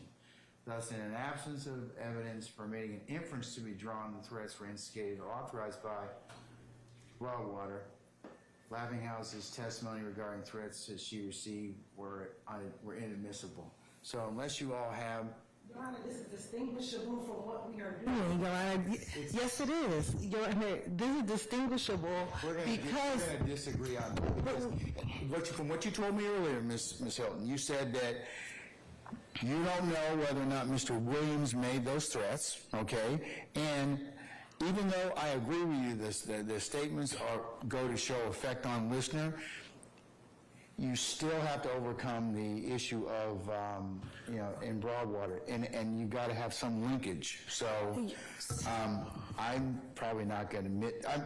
I'm probably not going to admit that those particular messages. At least he can testify about yes, Jeffery Williams threatened him. He later found out it was Jeffery Williams, but I think there's two separate issues. I want to be very, very, very, very clear. All right. What's the first issue? The first issue, because I don't want us to confuse two things. So on July 7, 2015, Mr. Williams threatened Mr. May.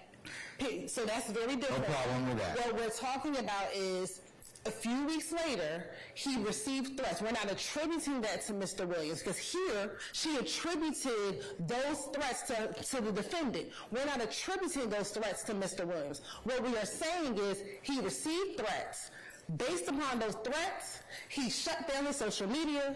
After shutting down his social media, he began wondering why are people threatening him, and he Googled Young Thug and found Mr. Williams. So we are not saying, we're not attributing the threats that were on social media to Mr. Williams. Here, she attributed the threats to Mr. Broadwater. We're not doing that. What's the linkage? The linkage is how he ended up Googling Mr. Williams. We're not...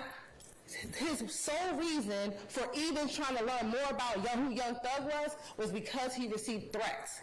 We're not attributing those to Mr. Williams. What we're saying is, based upon those actions, he did this.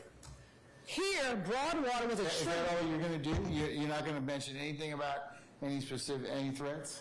For what happened after July 7th, and that's all I want to be clear, there's a distinction. There's something that happens at Perimeter Mall where he's directly threatened by a person who he says is Young Thug. That's separate. After he's threatened by Young Thug, later on, probably like either 3 or 4 weeks later, he learns he's being threatened on social media because of what happened back on July 7th. From that, he says, I'm shutting down my social media, and let me find out, because really, Your Honor, what he says is, I didn't think Young Thug was such a big artist. I don't know why people are even threatening me about Young Thug. I didn't realize how big of an artist he was. And when I'm learning I'm being threatened because of that, I want to find out who Young Thug is. So I Googled him, and I learned his name was Jeffery Williams. That is what we're talking about. Again, we're not attributing the threats to anyone. What we're saying is that is the reason why he started to Google Young Thug, because he didn't realize the notoriety of Mr. Williams at the time, which is very distinguishable from what happened in Broadwater. Okay, well, tell me how it's distinguishable. Because in Broadwater, she's saying that Broadwater's uncle threatened her. For what happened after July 7th, we're not saying that Mr. Williams After July 7th, because on July 7th he threatened, so I want to be very distinguished. That's very distinct. After July, we're not saying Mr. Williams caused the threats. We're not saying Mr. Williams sent somebody to threaten him. What we're saying is he was threatened. Because of that, he took down his social media, and he wants to know, why are people threatening me over this guy called Young Thug? Who is he? And then he Googled Young Thug and was like, okay, his name is Jeffery Williams, and learned more of who he was. And you're saying that is effect on listener? That is the effect on the listener, not necessarily, we're not talking about threats. You know what I mean? Is distinguishable, Mr. Sharp, Mr. Steele.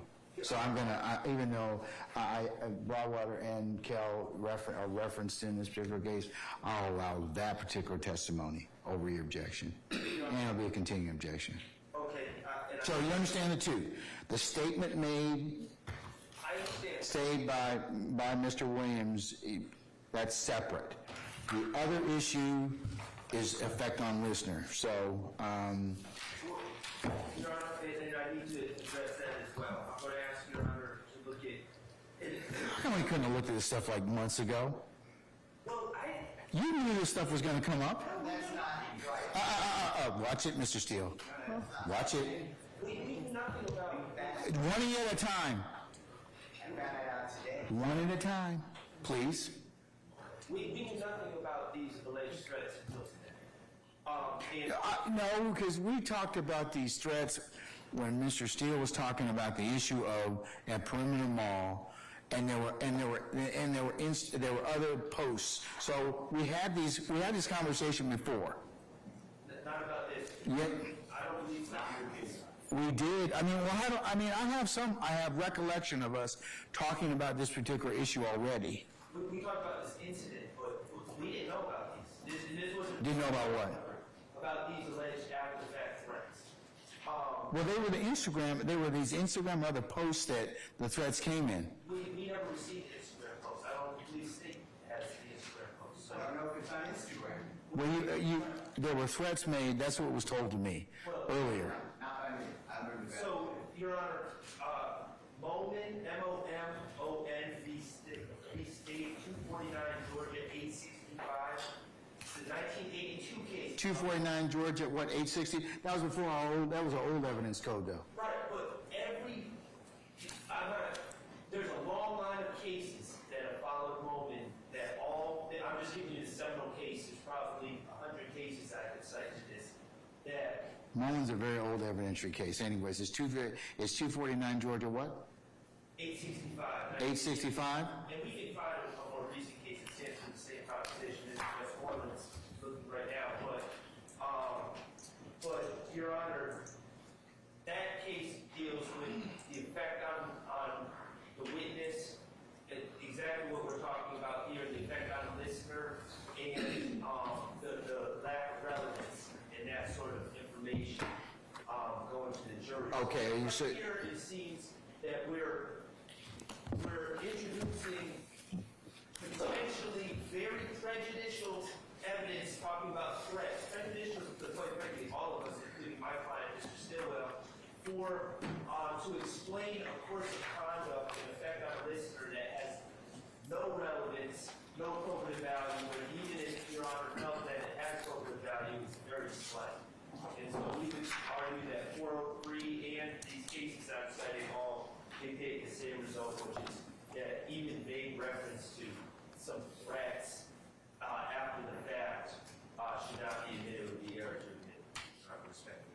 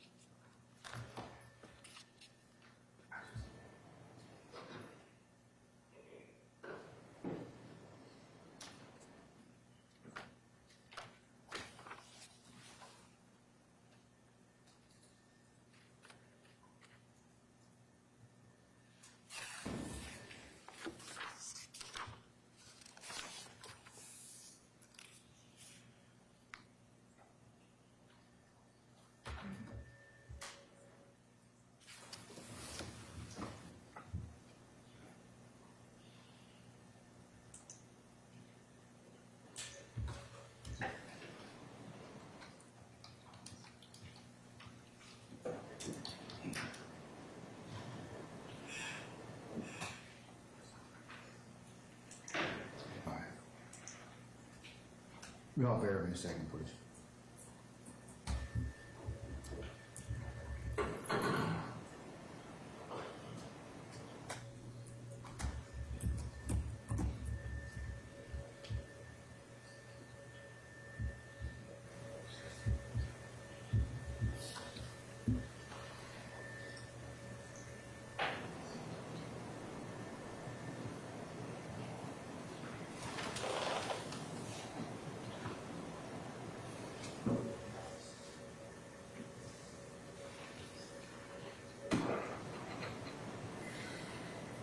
All right, Mr. Short and others, Greer versus the State, 313 Georgia, 236, February 2020. Criminal case. Recording of lead detective's interview with defendant, where detective referenced statements made by defendant in shooting victim's daughters, and the defendant shot victim during the fight and was responsible for the shooting, was admissible for prosecution of malice murder and other crimes. Statements were part of an interrogation technique, and what detective asked of or said to defendant was not offered for the truth, but rather to establish questions or statements defendant was responding to and the effect informer had on the listener, 24-8-801C. So I'm going to admit that over your objection, sir. I believe I had, Mr. Steele, did you wish to add or anything? I didn't let you finish, so. Anything, sir?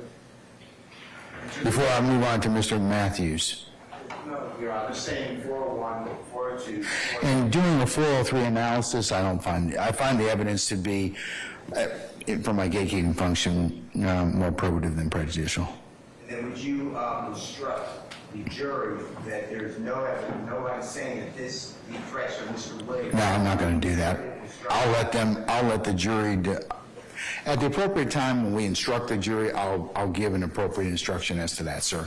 I don't believe that one's required at this point in time, so. All right. Mr. Matthews, anything, sir? Just a 403 analysis objection under RICO 1, under the count 1 RICO, and also the compensation clause as relates to count 1. All right, thank you, sir. So noted. Okay, all right. Unless there's anything, could you instruct your witness accordingly, please, madam? Can I go to Your Honor for a second? With Ms. Hilton? Huh? Can I go with Ms. Hilton? Sure. Thank you.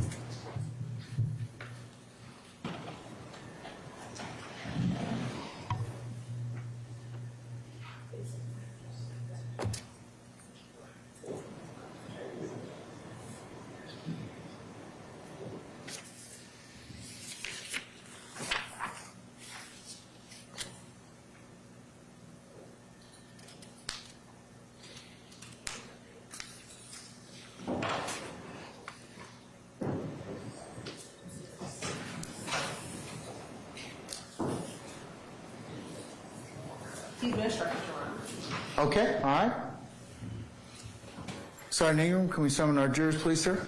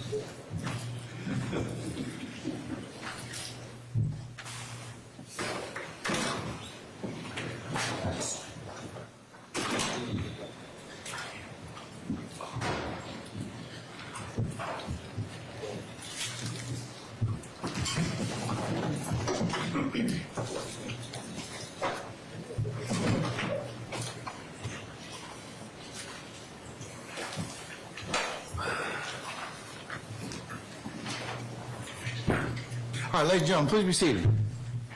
All right, thank you, Sergeant Ingram. All right, State, call your next witness.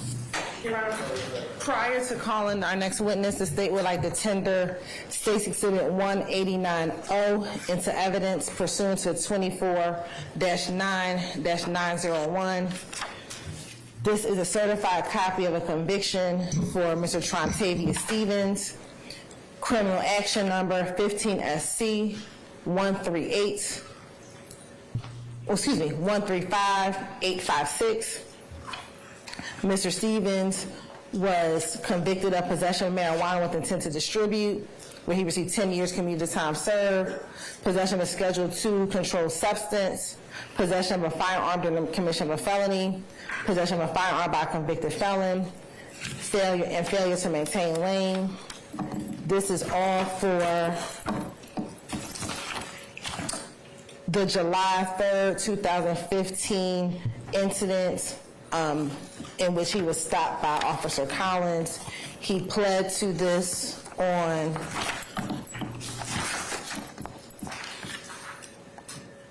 March 10th of 2016, and with this would conclude Act 48 through 50.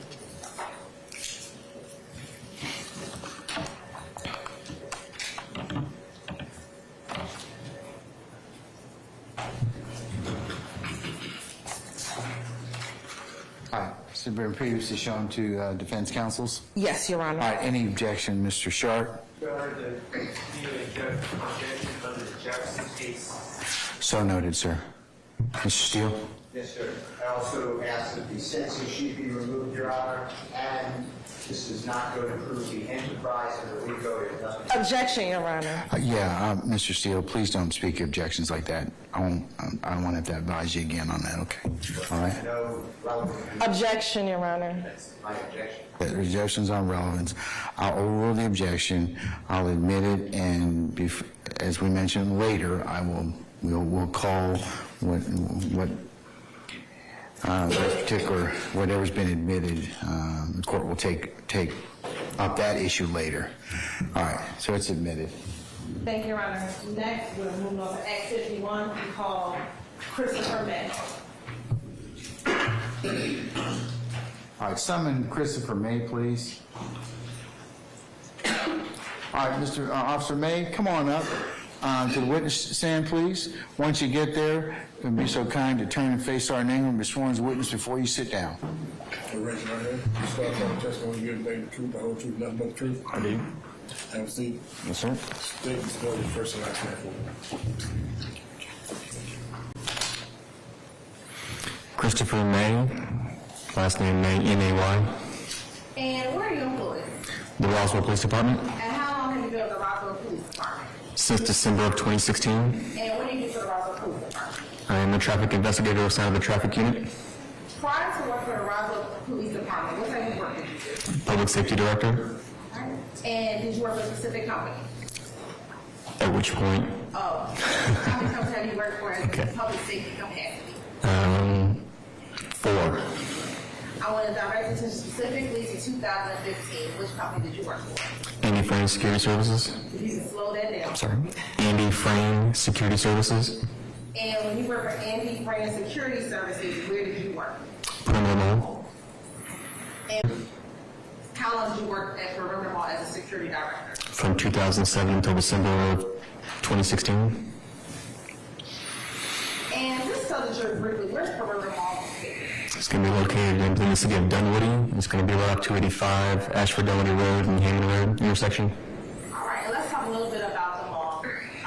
Describe the jury how many floors the mall has, how big it is, the anchor stores. Give them a little about Perimeter Mall.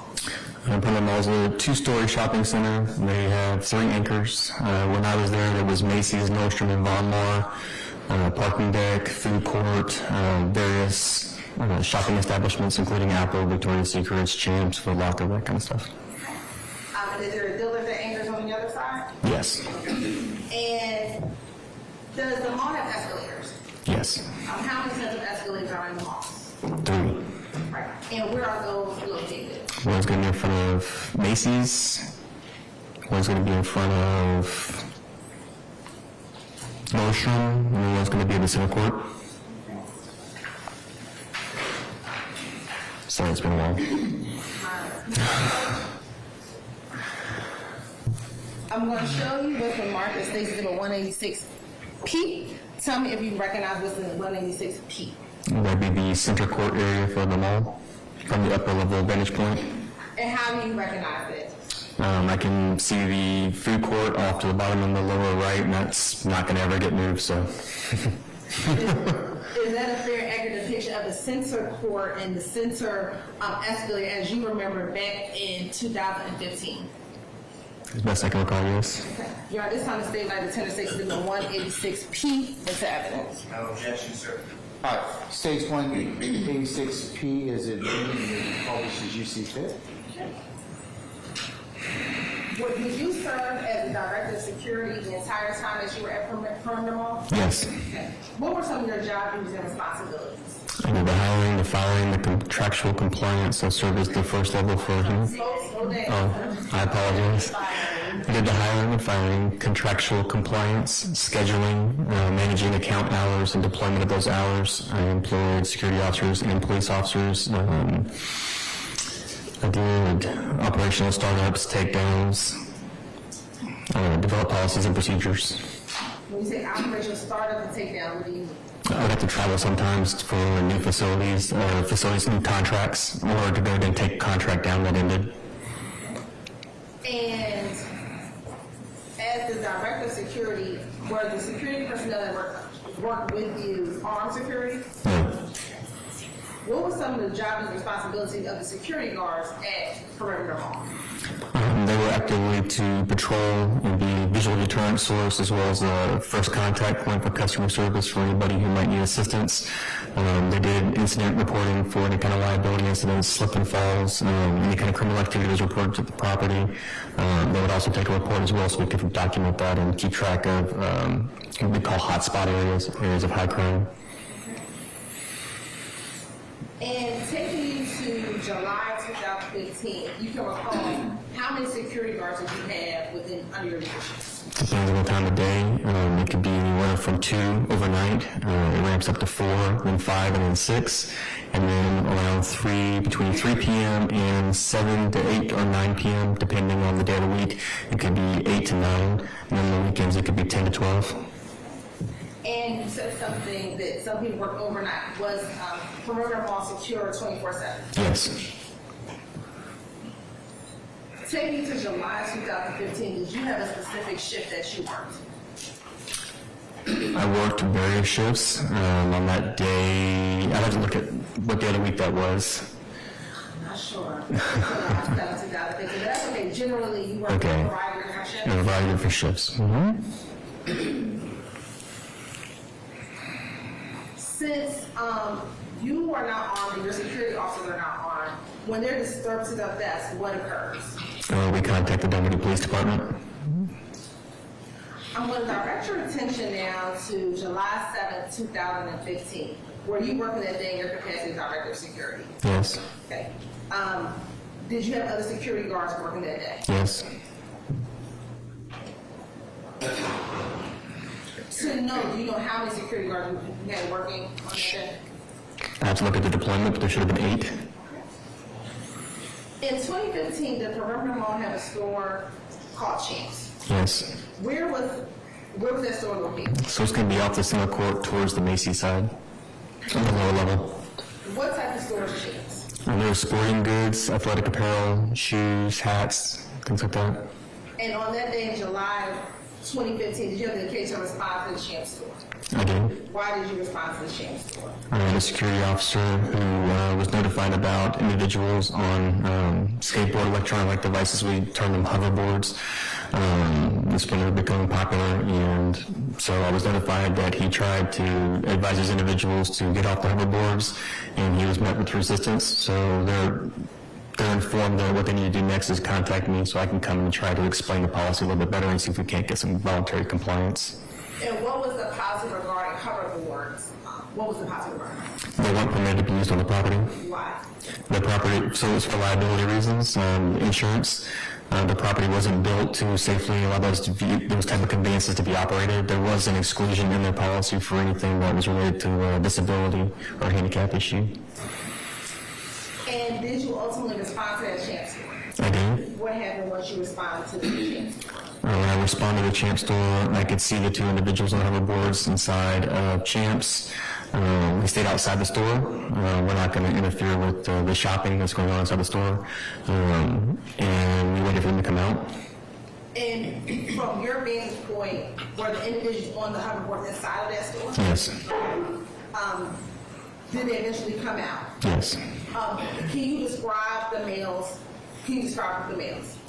To the best of my memory, they were African-American males. They were dressed actually pretty nice. They had baseball caps on, dreads that were kind of somewhat visible, thin build. They had nice shoes.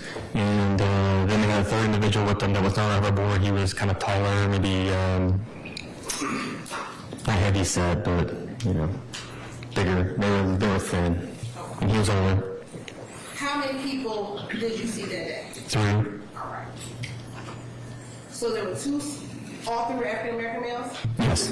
2 slender and 1 little. You're repeating directly. I sustain the questions to form. What were the description of the males who were on the hoverboard? They were the younger individuals that were thin built. And then the individual who was not thin built, was he on a hoverboard? No. Once the individuals came out of the store, what if anything occurred? Well, as soon as they came out, one individual on a hoverboard, he told me, "Fuck you," he's leaving. You said there were 2 on the hoverboard. Yes. Can you describe anything more about the one who said, "Fuck you, we're leaving"? Later on, I came when I was able to identify him. Okay. Now, once that was said to you, what happens next? So I tried to explain to them the mall's policy on the devices and try to give them an opportunity to get off the devices and carry them. And one of the other individuals told me, the other one, not the one that said "fuck you," told me that I can't tell them what to do. They continued to move away, which again, previously I was told that they were leaving, so I let them continue. Try to get out of their way, just walk with them. They went to the escalator and they still rode the hoverboards up the escalator. Okay. As they rolled the hoverboard up the escalator, what happened? They're being loud. They were using profanity. There was a lot of. I mean, it was a weekday. I'm assuming, from what I can recall. I mean, there was still people in the mall and families, and so it was drawing some attention. I remember just using my 2-way radio to kind of communicate, let dispatch know what was going on, so they could follow us with the cameras. I had originally asked for the Dunwoody Police Department to respond because of the activity that was going on at the time. So you said you originally asked for Dunwoody to respond? Yes. Okay. What happened? Should they get on the hoverboard and go up the escalator? So the company was trying to tell them they're going to be banned from the property because because they were failing to comply with the mall policy as it was explained to them, given an opportunity to comply with. Okay. And the escalator they rolled up, is that the same escalator that is contained in State's Exhibit 186P? No. Okay. It's not. It's on the other side of it. It's on the other side of the escalator. That's the down escalator. Okay, so they were going up the escalator. Yes. Was in that general vicinity in the middle of the mall? Yes. All right. Did they go up the escalator? Yes. All right. What happened next? We got off the escalator. Then we had to kind of stop because one of them came off the hoverboard when they got to the very top. They didn't fall. They just had to get back on it. And then they continued on. So even after you asked them to get off, they still maintained being on it? Yes, ma'am. All right. What happened next? I followed behind the male that was walking. He had a bunch of bags, shopping bags from Champs, I believe. Was it that third male? The third male. So I stayed with him, behind him. I tried to explain again as we were moving forward that they were going to not be allowed to come back to the property because they were leaving. At some point in that interaction, I did cancel Dunwoody because they were going to leave and we would just do the ban paperwork ourselves. We said do the ban paperwork. What did you mean? It's criminal trespass paperwork. It's how we document the individuals that are not permitted to come back on the property. We put a date that it starts and a date that it ends. Sorry. So go ahead, Lisa. Slow down. Okay. What's the ban paperwork? It is a criminal trespass form. It's a written form that notifies an individual that they are no longer allowed to be on that property from a specific time period. Okay. And so, at this one, because they were leaving, you canceled the Dunwoody police? Yes. All right. Did they eventually go outside? Yes. What, if anything, happens when they went outside? So I'd also contacted and asked for additional security officers that are already outside patrolling to respond to the area. I could see we were going to what we term the streetscape, which is the valet area. What do you call it? Streetscape. Okay. And so when we got out the doors, I could see two of my officers, actually they were supervisors, walking up towards the individuals. I could see an interaction occurring. I could hear some yelling about, get out of our way.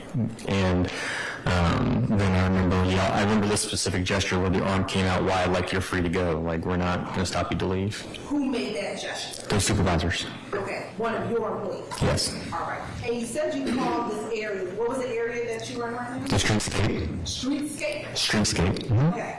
And I'm going to show you what's been marked as State's Exhibit 187P. Do you recognize State's Exhibit 187P? I do. And how do you recognize State's Exhibit 187P? That's our streetscape area at the center part of it.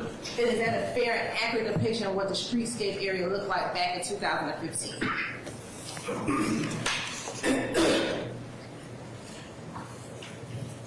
I don't know about the store over here, Max's Oven Pizza or the Christmas tree, but everything else looks accurate. Everything looks accurate. You're right. This time the state would like to turn State's Exhibit 187P into evidence. Any objection to State's 187P? Mr. Pine, his testimony did not recognize it to be accurate in July 2015. Outside of the Max's, does that area, as far as the perimeter mall as well as the ground, appear to be what it looked like back in 2015? Yes. Any further objections, sir? All right. 187P is admitted and may be published as you see fit.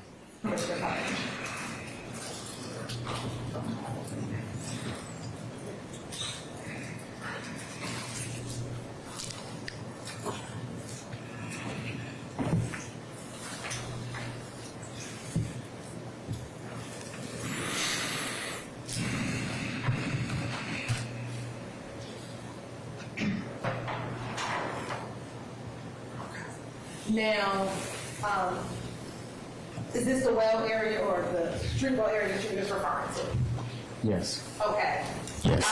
And is that where you saw your security officer, your supervisor, make the hand gesture and kind of present themselves as if the individuals could walk out the way? From my side, it's the left side of the screen. It's going to be just outside of frame. And what you can do is on the back screen next to you, if you press the bottom left corner, you can use that pen and you can circle where the direction where your security officer was. Security officers are coming up this way, and they interface to them right over here. Still try to speak up a little bit louder. Okay, so the first arrow is the direction the officers were coming from, and then the other arrow is the area where they actually made contact with the two individuals on the hoverboards. And from where the picture's being taken, what is in that area from, if I'm standing and taking that picture, what area is right there if I'm taking that picture? You have valet parking, it's going to be to your back and to your right, and then to your left you'll have Urban Outfitters. And you can mark that on this screen right there.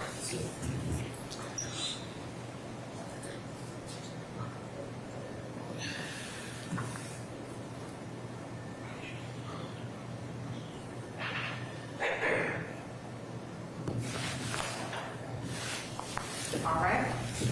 Now, as you saw, your supervisors kind of let the individuals go. What happens next? We continued down towards the valet area where we approached a white car, And when you say you approached the white car, how far did you get to the white car? maybe 6 feet away, 8 feet away. So did you go directly onto the car? No. Okay. What happened once you got to where that white car was? One of the security officers got the tag, called it out. When we got in the car, the driver was loading bags in the car. One of the individuals, who was the one that told me I can't tell them what to do, he got in the car. The individual told me, fuck you. He got to the passenger side rear area while the driver, which was the individual not on the hoverboard that I was walking with, he's putting bags in the car, and he told me that he could have me arrested for trespassing. So to be clear, the driver was the person who was not on the hoverboard. That's correct. And what did the driver say? That he could have me arrested for trespassing. Okay. And then not the person who said fuck you, but the other person, where was that person at? He was in the car. I don't recall which seat he got into. Okay. And the person who initially told you fuck you earlier, where was he seated? He was going to be on the passenger side rear. Okay. Once the driver said what he said and the passenger, what if anything happens next? It was further action. I tried to tell the driver that I'm not in or on his property. He called me a peon and said I can't do anything. I don't have any power. It's a long time ago. I just remember the word peon specifically. And then somebody was still talking in the car, but they were getting ready to leave. So I could see the rear passenger on the passenger side. I was standing out from that car door, which was still open. And I was trying to encourage them to go ahead and leave because that's what they were going to do. And he looked at me and said that he was going to come back up here and shoot me in the face. He said he's going to come back and shoot you in the face. Yes. All right. What, if anything, did you do at that point when he said, I'm going to come back up here and shoot you in the face? I took a step back and I requested Dunwoody respond. And now this is the second response from Dunwoody since you canceled the first one. Yes. All right. What happened with the individuals in the car? At that point, they left. They closed the door and they left. What happens next? Dunwoody responded to the streetscape area, which is where we told them where we were. And once Dunwoody police arrived, do you recall which officer arrived? Officer Stevens. Okay. And what happened once Officer Stevens arrived? He started gathering statements from the security officers that were on scene as well as from myself. We walked from that point, and once he got the statements, then we walked back to Champs. Why did you all walk back to Champs? Officer Stevens has said that it's possible to identify the individuals because they may have used a credit card to make the purchase over there. Okay. And did you go back to Champs? We did. What happened once you went back to Champs? So Reggie, I don't know his last name. We were friends for a long time. We coordinated shoe releases and stuff. He's the manager of Champs. And when we went in to go ask him, he told me that he's a known rapper by the name of Young Thug. And when he told you that known rapper by the name of Young Thug, what did you do with that information? I Googled it. Okay. And when you Googled it, what did you find? I looked at the image and identified that it was the same individual who threatened me and had earlier told me, fuck you. So the person that you saw, the Young Thug, was the person who said, fuck you, we're leaving, and I will come back up here and shoot you in the face. Yes. All right.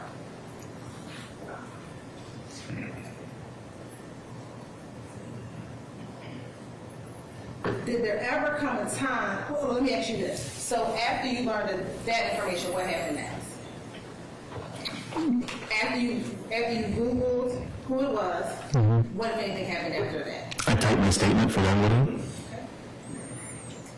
And on July 7th, 2015, did you ever learn what Young Cook's true name was? Not that I can recall.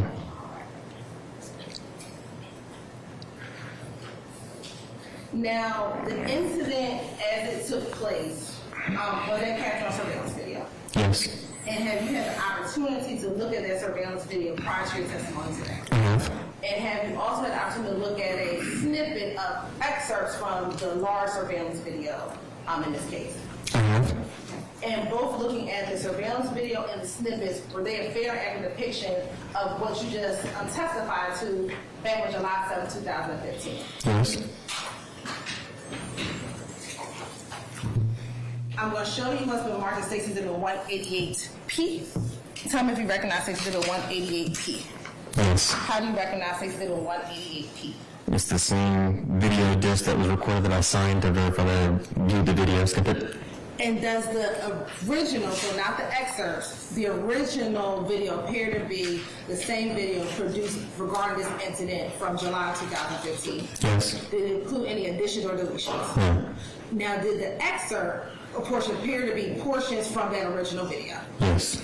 Your Honor, this time the state would like to tender State's Exhibit 188P into evidence. Any objection to States 188P? No, Your Honor. All right, States 188P is admitted and may be published as you see fit. Thank you, Your Honor. Your Honor, the state will solely publish the excerpted version of 188P. All right.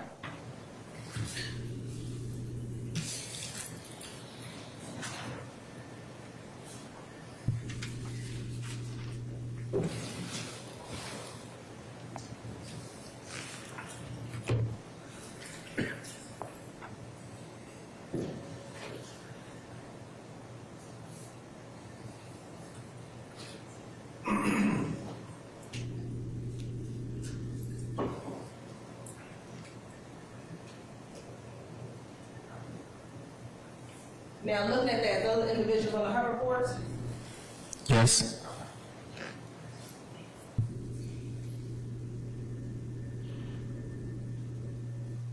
and do you see yourself? Yes. Okay, where are you? I'm right.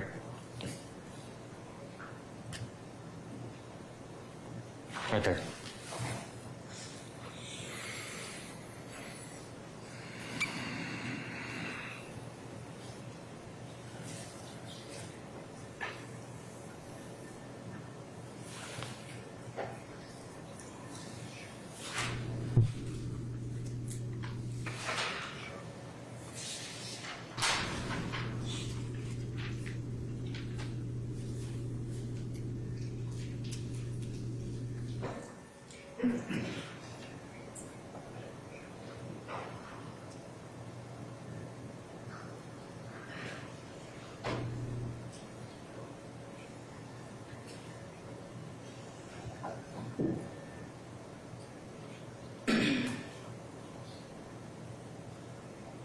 And what area are we looking at right here?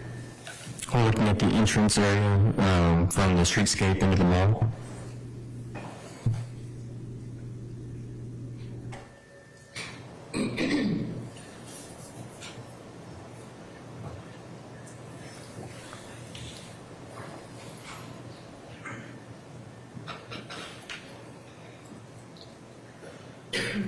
What area are we looking at?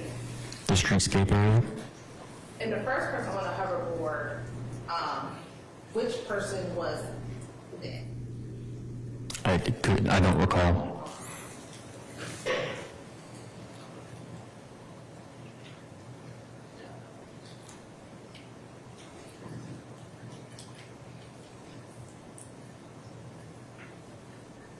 And is that you walking behind the third individual?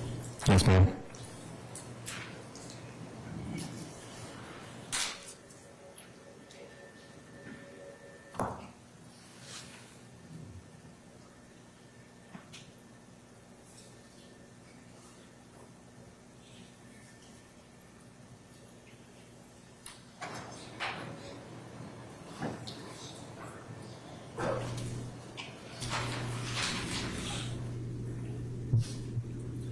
And from here, are you able to tell us where the valet area is? It goes further. You can see parts of the valet there. It goes further back.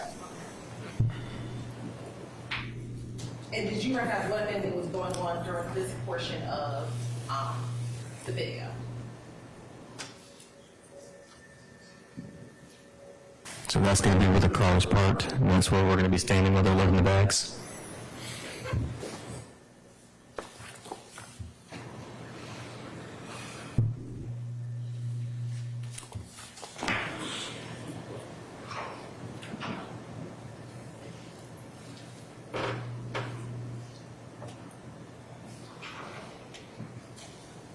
And during this time, was there any arguing and yelling going on at this time?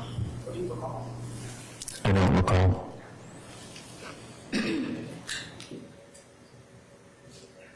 What area are we looking at right here? Looking at the parking area for the streetscape and for the valet. And do we see that white car?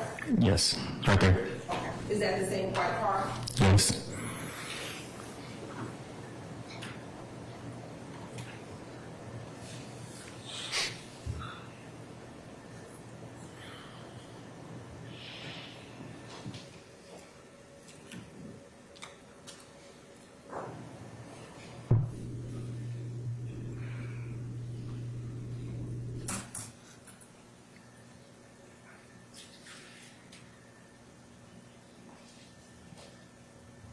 And why is this camera kind of going back and forth?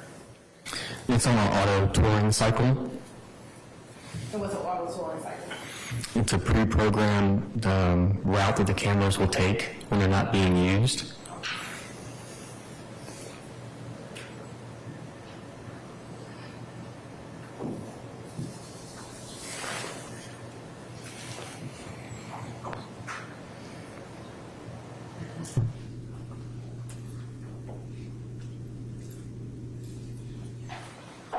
So what's going on right at this moment, if you could recall? Are you all standing at the car? We are. Okay. And are you able to identify where you are in this portion of the video? I'm right there. Okay. And do you remember who was standing the closest to you at all? Which one of your security guards? No. And is it at this moment where Young Thug says, Objection, leading, Your Honor. I stand the objection. was this where the comment, "I'll shoot you in the face" occurred? But I can't tell from this frame. Is that from this frame? Okay. Was it in this general vicinity though? Yes. All right.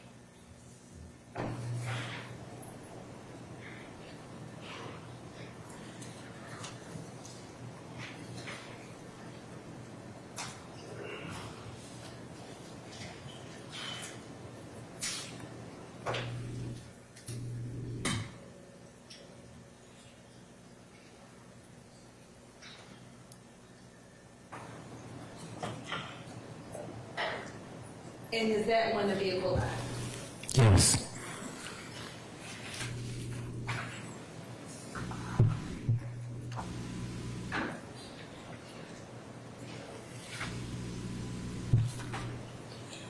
Now I'm going to show you what's the market states at 182P.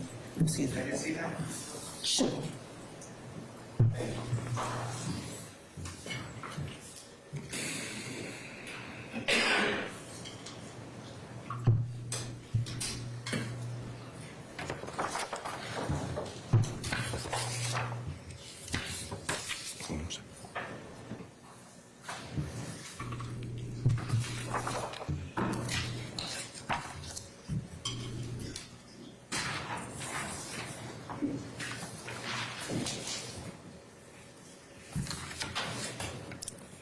To 186. The other one's already in. This one's already in. I'm going to show you what's been market states at 182, 183, and 180. 184 and 185. Tell me if you recognize those exhibits.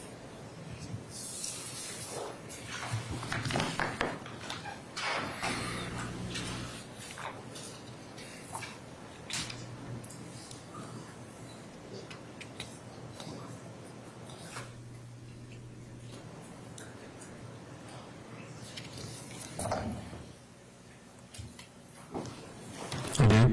Okay, and how do you recognize those exhibits? They're from the video. Are these screen grabs of the video?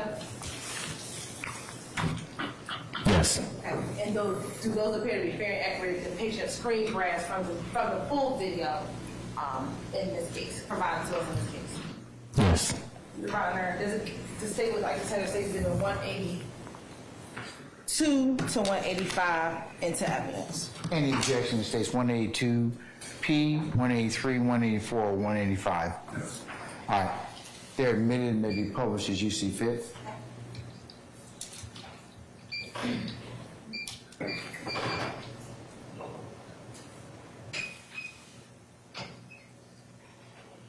First thing I see in 182, you see one of the individuals who had the hoverboard in 182P.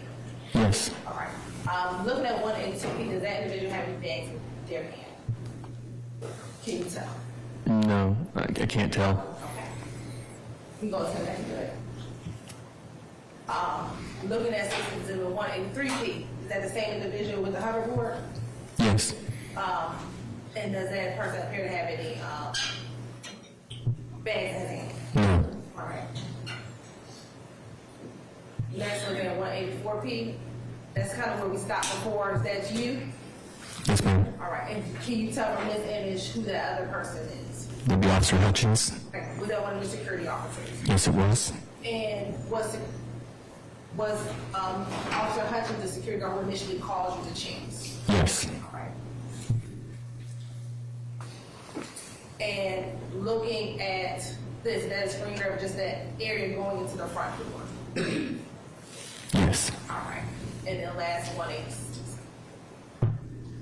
Okay. And again, is that no? Oops. We censored them all. Did you ever come to learn what Young Thug's government or true name is? Yes. Okay. How did you go about learning who he was? What his name was, excuse me. I had to later Google him. Okay. What procedures you have to Google him? One of my security officers had shown me when they came to me and told me. Did you get I sustain the objections. permission just to leave direct so I can get to the issue that we discussed? Okay, all right. Go ahead. Did you receive any threats after this incident occurred? Yes. What happened as a result of those threats? I called my wife. Okay. And what happened? Well, she wasn't happy. So I'll rule the objection. So we had discussed what I could do, so I went ahead and changed the settings on my social media and locked it down so that you can't see anything outside of my name and my profile picture to protect the images of my family and anybody from seeing any more information about me. Okay. And what did you do after you shut down your social media page? I Googled Young Thug. Why? Because I didn't understand why I would be getting threats. Okay. And once you Google Young Thug, is that how you learned his true name? Yes. And what did you learn his true name to be? Jeffery Williams.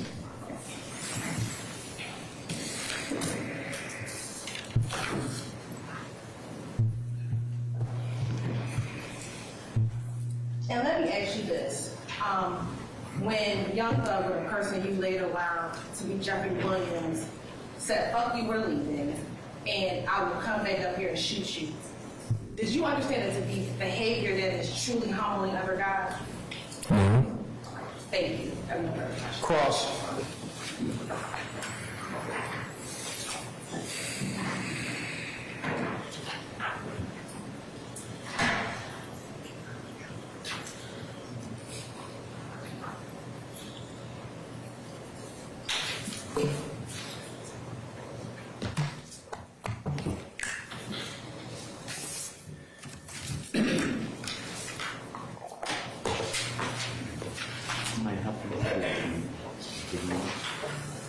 Your Honor, may I play the video in State's Exhibit number 188B, but it's the P as in perfect, but it is, The list is on the podium, right there.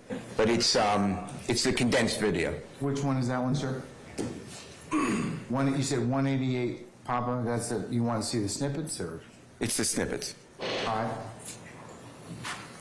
I'd like to go through with you. Whoever from the state, can you please put that up, please, madam? Thank you. I'd like to go through with you, and if you don't, yeah, thank you so much, if you just stop it. What's been marked and entered as 188P, and I believe you said that on the elevator or escalator, which is what we're going to see at first. Is that fair to say? You were on the escalator with Mr. Williams and two other gentlemen? Yes, sir. And Mr. Williams is in a white shirt, two other gentlemen in a black shirt. I cannot recall the clothing items that they were wearing. Say one more time. I can't recall the clothing items that each individual was wearing. Do you remember the color? I remember the face. That's fine. We'll go through it. And on the escalator, I believe, you testified that there was commotion, cursing, etc. Yes, there was an exchange. Okay. And exchange, I think you said it. Let me just make sure I don't. There was profanity, and it was loud. Yes. Okay. So, with the Honorable Prosecutor's assistance, if you could just play it, but we're going to be stopping, okay? An officer, you weren't an officer at the time on July 7, 2015. Is that fair to say? Yes. You were working for the mall. That's correct. You were security at the mall. Yes, sir. Okay. And that you're in the yellow shirt or seemingly yellow colored shirt in this video, is that fair to say? There's two of us in yellow. Well, you're in a non-uniform, looks Yes, like sir. a yellow shirt. Okay. If you can start the escalator and 188P. Okay, and now you can see a electronic skateboard or hoverboard, as you call it, coming on the escalator. Is that fair to say? Yes, sir. Okay, we can see it. Now, if you stop it right here. Do you see those two people who are in front of the person on the hoverboard? On the escalator? Which two are you referring to? Front two? The very front two? Yes, sir. I can see those. Okay. And then do you see a gentleman who looks like he's maybe drinking coffee or some substance on the below on a table? Yes, sir. Okay. Now, I want you to tell the jury, while this loud argument and the profanity is going on the escalator, tell the jury the reaction of the two people in front and the gentleman who is eating or drinking at the table below, okay? Okay. As it plays. Just tell us when to stop and you see them signify there's an argument.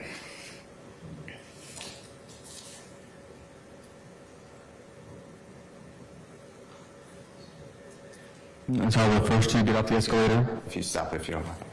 Yes, sir. So the first two get off the escalator that you pointed out, and I wasn't paying attention completely to the gentleman at the bottom of the table. He does seem to turn his head, but I don't know. We'll go back. You got time. You go back. Okay, so you saw the first two people who are the gentleman in what appears to be, I'm not saying that this is accurate, but from the lighting I see, appears to be like a yellow shirt, maybe a hat, and the young lady in a darker outfit, right? You see them? Yes. Okay. And do they do anything that would sound like or appear to be that they heard anything violent or loud or profanity? From looking at this angle, no. Okay. Now, I'm going to ask the prosecutor to play again because you said it, but you may want to look at, you can look at anything you want, but you may want to look at the gentleman who's drinking the coffee or the item below, and on the screen it's on the right-hand side. We're talking about the same person, right? You see the person sitting at that table? Yes. Okay. Tell the ladies and gentlemen of the jury, when you see that person, do something if there was some profanity and loud argument.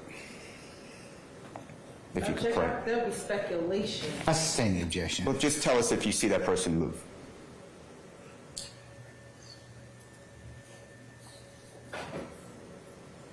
It froze. Okay, it froze, Your Honor.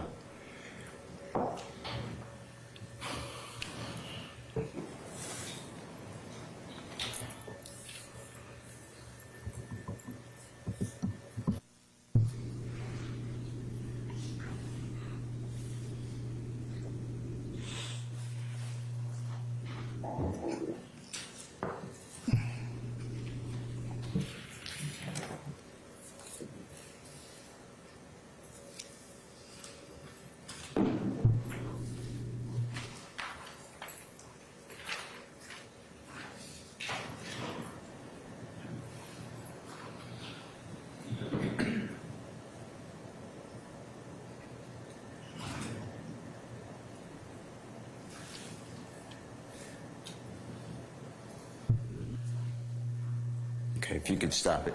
Did you see the gentleman who is sitting at that table that we've been discussing look up?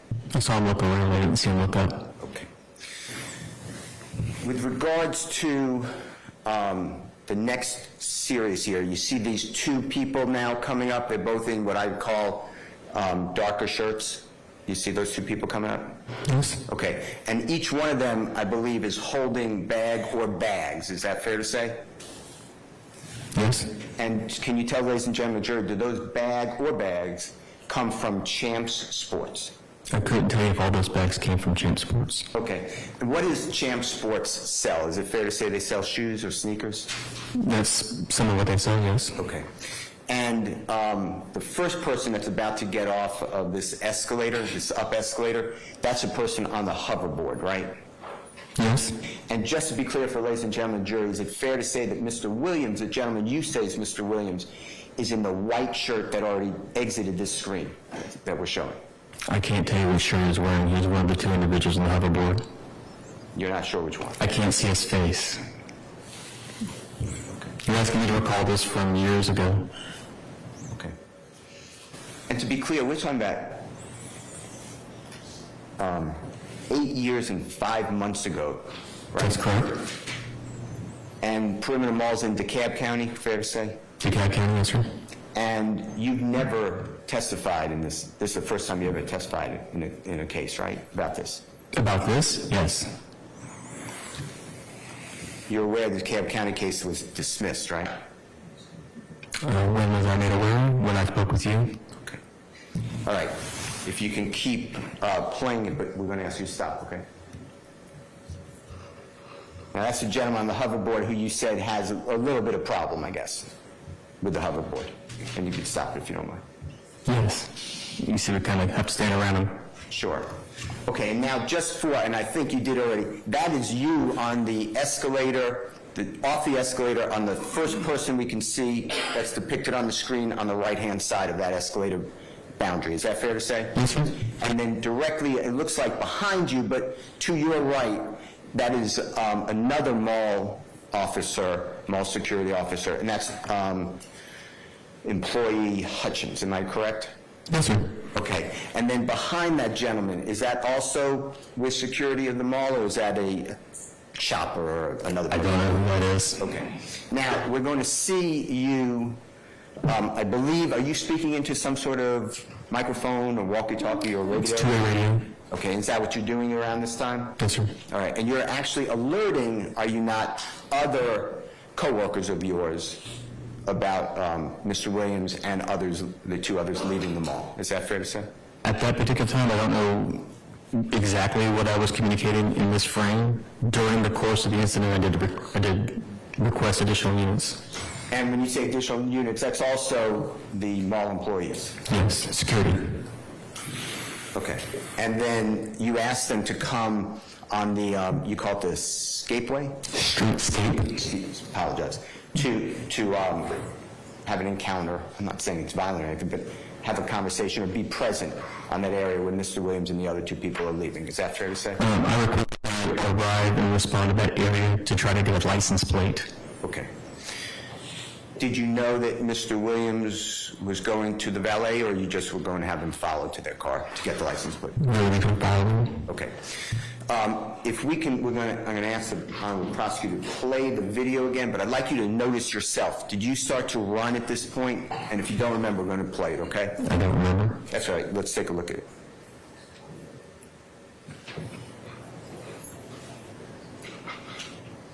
And I apologize. You did not run, did you? No. Is that fair? Okay.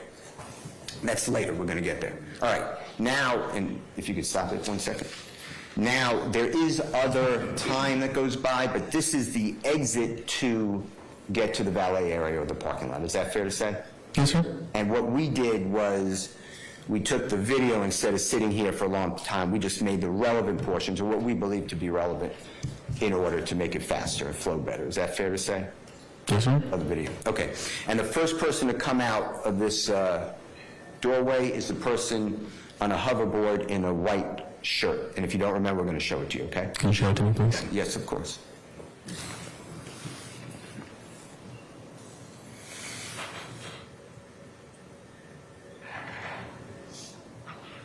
Okay, if you could stop it right there. And can you identify that person? No, I just know it's one of the individuals on the hoverboard, one in the white shirt. 2 hoverboards, one with them, not on the hoverboard. Exactly. Okay, 2 black shirts, 1 white shirt. Is that fair to say? Yes, sir. Okay. All right, and this is just going to have this person come out of the picture, if you don't mind, continue. And then second hoverboard coming out the doorway, is that fair to say? Yes, sir. Carrying the bags, is that right? Yes, sir. Okay. How many bags, if you could go back just 1 second?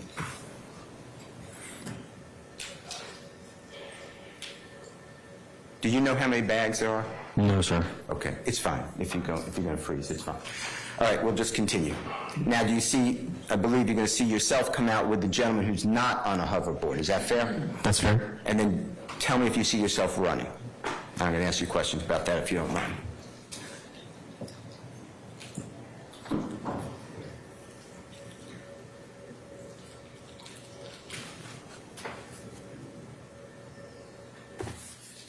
Is that you running? Yes. Okay.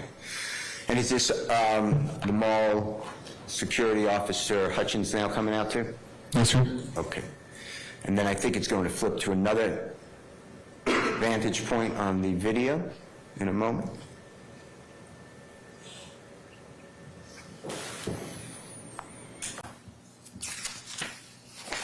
Okay. And now the doorway, if you could stop it for a second. Thank you, ma'am. The doorway that we just saw, not in this order, but the gentleman in the white shirt on the hoverboard, the gentleman in the black shirt on the hoverboard, you and or the other gentleman, whoever came out first, not on the hoverboard, and then Officer Hutchins. We're coming out that door and walking in this direction. Is that for the jurors to orient themselves? Is that fair to say? Who's walking? All of you, the gentleman in the white shirt on the hoverboard, the gentleman black shirt hoverboard, you and the person in the black shirt not on hoverboard. The hoverboards aren't walking, they're rolling. We're walking behind them. Right, and that doorway is just behind us off the street? Yes. Okay. All right, and then can you see, or tell us when you can see, and tell Madam Prosecutor when to stop the video, when you can see your coworkers on this alleyway, okay, on this walkway?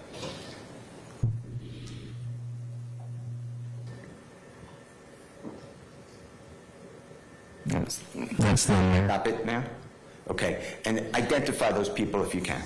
I couldn't tell you from the video. It's going to be either, one of them is Officer Tori Campbell, which is the supervisor, and the other one was Jonathan Barron. Jonathan Barron, B-A-R-R-O-N. And the first one, do you see it on where it stopped? 188P. It appears to be that there is a conversation or at least a communication of some sort, whatever is being said. I know you're not there to listen to it. Between the mall security officer and the gentleman in the white shirt on the hoverboard. Is that fair to say? I would say it's fair. And then the second person, if you could circle for the jurors, who also works at the mall security, is where?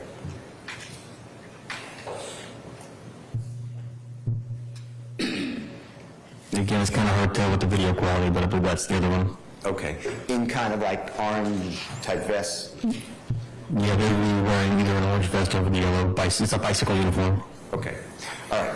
And if we could play it in a moment, but here this is the interaction where you said that you saw the mall security officers kind of step out of the way and say, go ahead. At some point, yes. Okay. If we could play it now.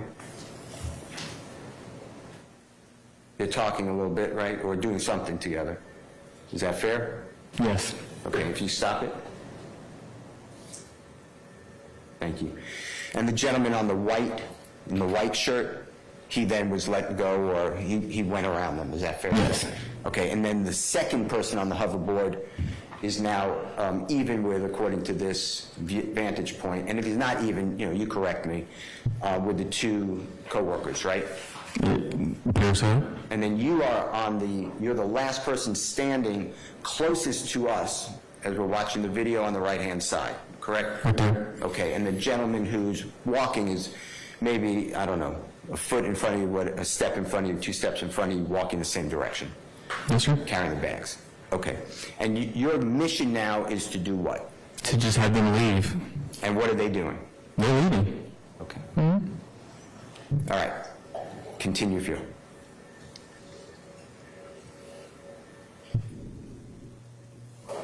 Now, if you stop it.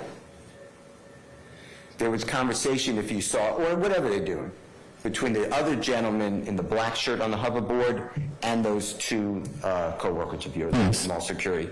Okay. Now, are there any punches thrown? No. Spitting? No. Pushing? No. Okay. You don't see any guns? No. You don't see any knives? No. And that's for the entirety of this. I'm not just limiting it right now. That's the entirety of this, this incident that we're talking about 8.5 years ago, right? That's correct. Okay. All right, continue if you don't mind, please. Now, you continue to pursue, I believe, where the video and your fellow officers are going with you or pursuing the people, right? We're not pursuing, we're just escorting to make sure they're going to leave and to try and get a license plate for later to complete a criminal trespass form. Okay. And right now, we have, if you don't mind stopping it, we have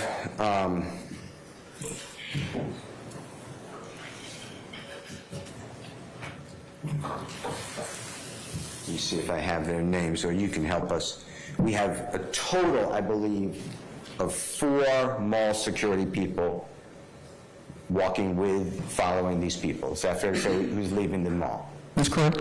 And the names are you, obviously. You're Mr. May. Yes, sir.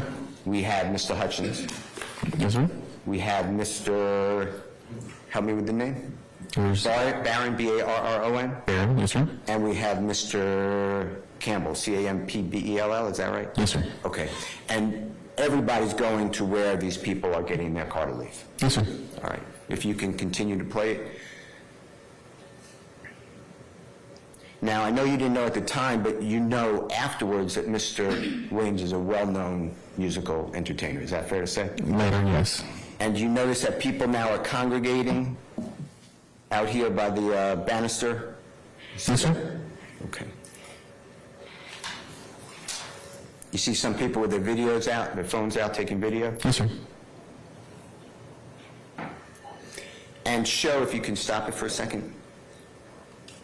I know it's far away, but do you see the yellow-looking colors near the white Jaguar? And if yes, can you circle that area?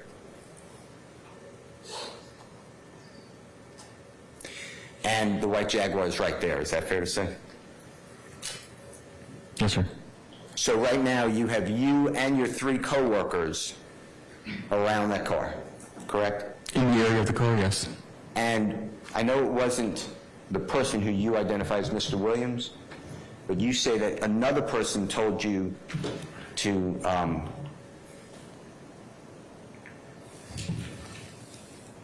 you're trespassing on their car, something to that effect. The driver of the car, he told me he could have me arrested for trespassing. You went too fast for me, I apologize. The driver of the car, he told me I could be arrested for trespassing. Okay, because you were too close to the car, he made it clear. I don't know why he said that. I was not in or on his car. But he said that about the car, didn't he? I couldn't tell you what he was referring to. I assumed it was the car, and that's why I told him I was not in or on his car. Okay. Now, those bags, if you remember, actually went into the trunk of the car, or at least some of them did. Is that fair to say? I believe so. So the individuals who want to leave are actually at the back of the car, the Jaguar, and putting bags into the car, right? At least the driver was. Okay. And you're still there with your 3 co-workers, right? Yes, sir. All right. If you could continue to play.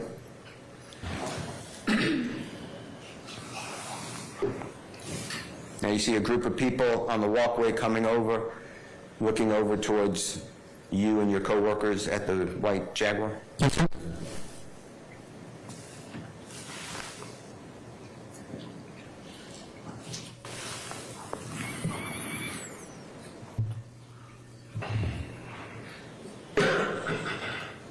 Okay, thank you. If you could stop it. We're going to flip to another screen because of the camera, but how long would you estimate you and the mall employee Barron, the mall employee Campbell, the mall employee Hutchins were at the car, that white car that we just saw? I couldn't tell you. Did you have any doubt? Well, when was the tag gotten? When they got to the car, we learned which car they were at. I believe it was Officer Barron went to the back of the car to get the license plate. That doesn't take very long, does it? No. But you and your coworkers, 3 coworkers, decided to stay at the car. We have to make sure the people that we are telling to leave and that we're issuing criminal trespasses to actually do depart the property. Okay. Now, this flipped the cameras. What's on the screen at 188p, right? I'm sorry, could you repeat that? Yeah, this is a new camera angle. This is a new camera angle? From the one we just watched. Yes. Okay, and for the jury, can you just circle, and you could erase it in a moment, but just circle the white Jaguar. Okay. Now, you see that post to the right of the Jaguar? You see that post, and then if you go back, there's a second post, and you go back on the picture, there's a third post. You see what I'm talking about? Yes. Can you just identify them, just for the jurors, that they don't think the door's open on the car or anything? Okay. And that's just for the ease of the valet? It's for guiding cars, yes, sir. Okay. If we could continue to play this for a minute, because this is before you or the 2 gentlemen on the hoverboard or the gentleman walking ever get to the car, correct? That is correct. All right, so if you don't mind playing it. Does this car that's stopped here, does that have anything to do with you or your coworkers? It's one of the security vehicles. Okay. And you called them as well? Sorry? You called them as well? I called for additional security officers, yes, sir. Okay.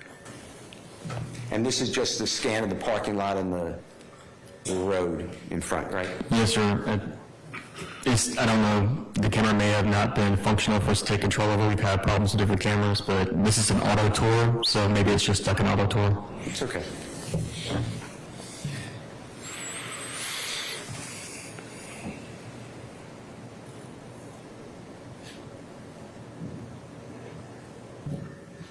So all this, for our purposes, is not relevant. Is that true? This part, no. Okay. But we'll get to the white car again, the Jaguar, in a moment. And when you do, if you could stop it. Thank you so much. Okay. White Jaguar, and do you see yourself and your coworkers right there near the Jaguar? On the sidewalk? If you can't, I can't tell from there. Let's continue. From this frame.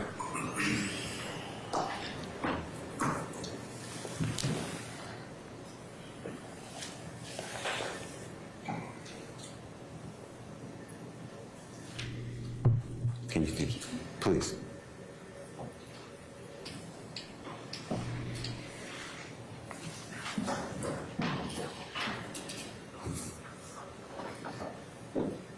Okay, how about that, if you don't mind stopping? Is that better for you to? That is better. Okay, so just point out for the ladies and gentlemen jury, as many people as you can remember, and if you don't know who they are, that's fine, just say, you know, my coworker, or myself, or a person on the hoverboard, etc. Be myself.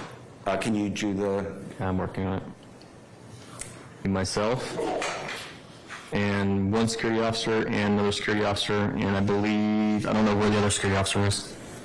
Okay. How about the trunk of the vehicle? Can you tell that the trunk on the Jaguar is now open? It appears to be. Okay. And can you see that you recognize anyone else at this point? And if not, we're going to keep playing the video. No. Okay. If you could play the video.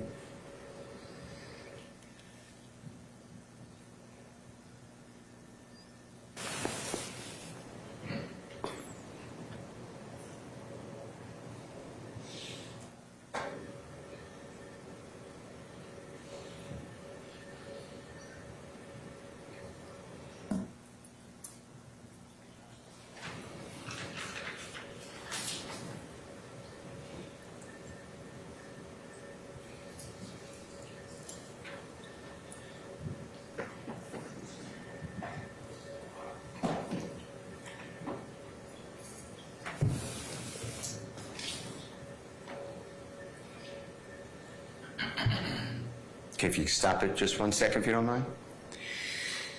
Now, can you tell if the door to the driver's side is open? If you can figure that out, if you don't mind help. And if you can't, just say, I don't know. I don't know. Okay. Do you see yourself in that video? And your shadow? You don't see yourself? I don't see myself. I can't differentiate myself from that frame you have there.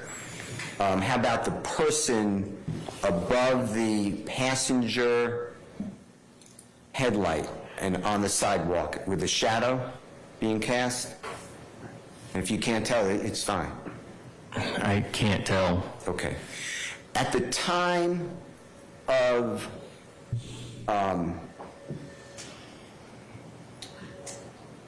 the supposed threat, and I believe it is, let me get the quote.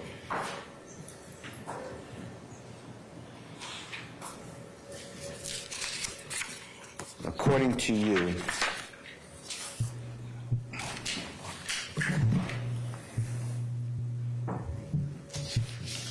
I believe that the threat is, I will come back here, I will come back up here and shoot you in the face. Remember that? Yes. Okay. And that threat, according to you, was made while you were standing by the passenger side rear area. Is that fair to say? You saw me standing earlier that we pointed out? Can we go back to that area?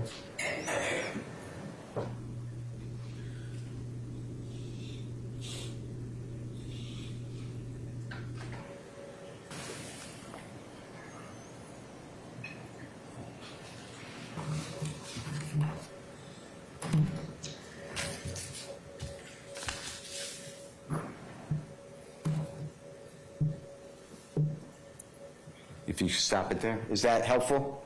Yes. Okay. Is that the area that the supposed threat, is that kind of like the circumstances? The area, yes. And you have at least 2, if not 3, coworkers around you? I can see 2. I don't look at one of what the other room was. Do you realize that none of your coworkers say that Jeffrey made that threat? Objection. What's that? Okay. You know what? I'm overrule the objection.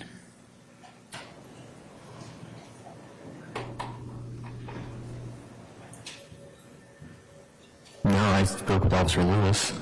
I'm sorry, not Lewis. Sorry, Stevens. That's Police Officer Stevens, who works with the Dunwoody Police Department, right? That's correct. And he comes out after the after the Jaguar is no longer on the scene, right? That's correct. And you called them? Yes. Okay. Now, I'd like to talk with you about these threats that you said you saw on your coworkers, or your coworkers showed you on their phone. You know what I'm talking about? Yes. Now, this is a week, 2 weeks, a month later, after July 7, 2014? I can't recall how long it was, but it wasn't that long. Okay, and by that long, we're talking about? It wasn't a month. It was in close enough proximity to the date, maybe a week, maybe a couple days. I mean... Okay.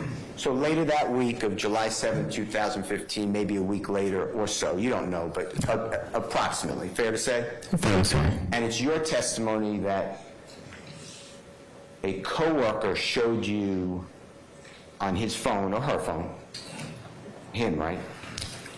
Again, I can't. You're asking me about something that happened years ago. I remember the catalyst, which was seeing my name in a threat, and then what proceeded after. Okay, so coworker, either a man or a woman, shows you on their phone your name, and it's associated with, God forbid, a threat to you. That's how you took it. Some type of threat, yes.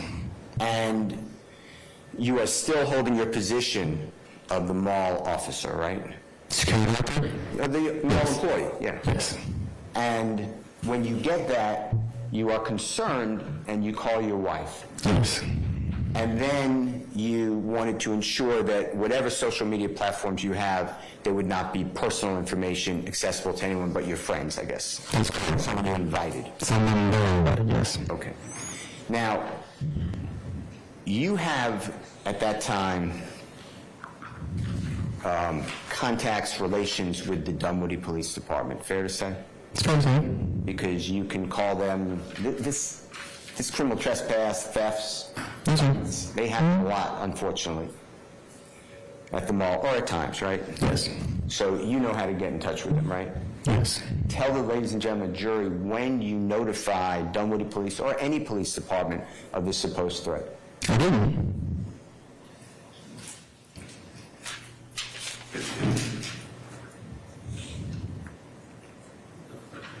Okay. Now, when Officer Stevens from Dunwoody Police Department comes out later on July 7, 2015, when I say comes out, I'm saying to your workplace, the Perimeter Mall. Okay? Yes, sir. You met with him, right? Yes, sir. And you cooperated with him. Mm-hmm. And you gave him a statement about this information that you're giving the jurors, right? Yes, sir. And you told him about this supposed threat, about being shot, God forbid, right? I'm sorry? You told him about this supposed threat. Yes. And did you tell him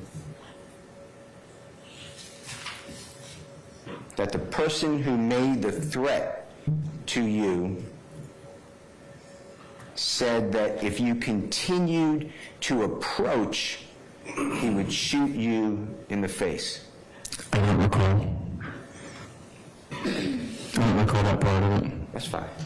Do you remember telling Officer Stevens that you immediately backed up at that point and then allowed the vehicle to leave? Yes, I backed up. And allowed the vehicle to I don't remember that part of it backing up. Do you deny telling that to? I can't tell you what I did or didn't. I don't recall it. Okay.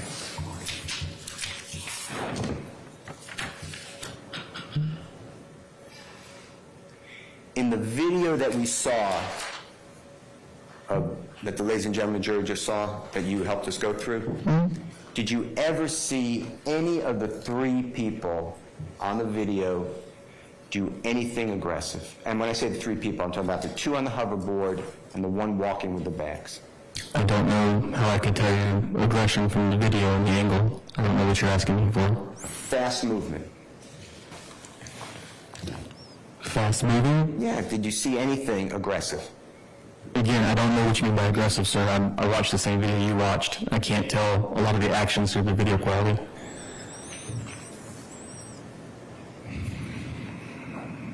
Okay.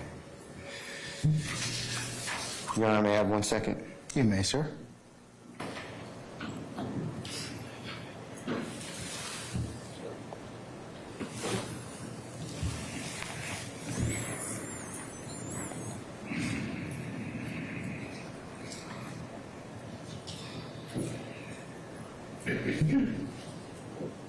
You said that another person, a driver, you identified the person, said something not nice to you and that you have no authority. You remember that? When they called me a peon? Yeah. I can't do anything? Yeah, I recall that. Did you feel... Well, okay. Your Honor, give me 1 second, please.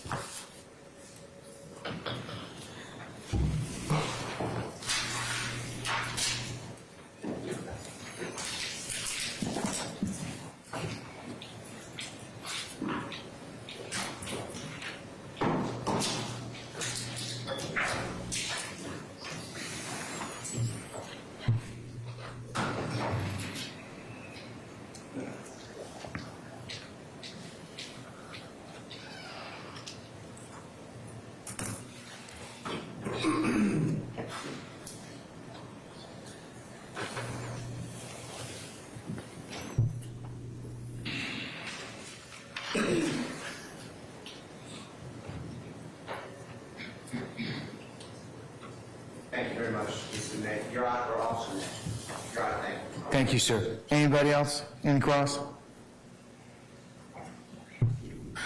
Any redirect from the state? Yes, Your Honor. Mr. Steele just asked you during his cross-examination, I believe he said something to the effect of, did you know none of your officers told Mark Stevens about this threat? That's not actually what I asked. And it's leading. I sustain the objection. Do you recall him asking a question about your other coworkers? Yes. All right. Are you aware if your other coworkers wrote statements regarding what happened? I'm not aware. Okay. When you were outside by the car, which one of your officers were near you? No, Hutchins was close to me. I could see him. How do you know Hutchins was near you? Because when I stepped back, he stepped forward.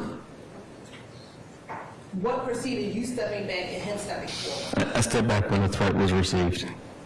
And then what did Hutchins do when you stepped back? He stepped forward. Okay. And this was after the threat was received? Yes. All right. Did it appear from your observation that he was reacting to the threat? Yes.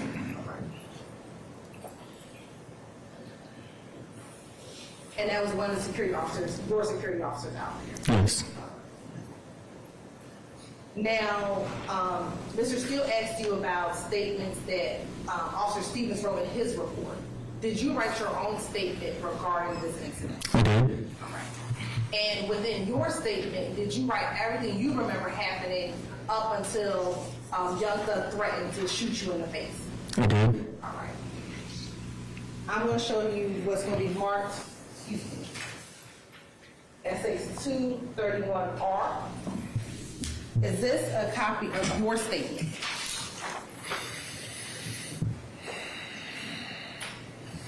It appears so. Okay. And does it appear to be your full statement with your signature on the bottom? Yes, it does. And is that the statement that you wrote back on July 7, 2015? Yes. Your Honor, this time say like the Tender States Exhibit 231R into evidence. I don't know. I'm going to Foundation? And also, it's here. I'm going to sustain the objection on foundation.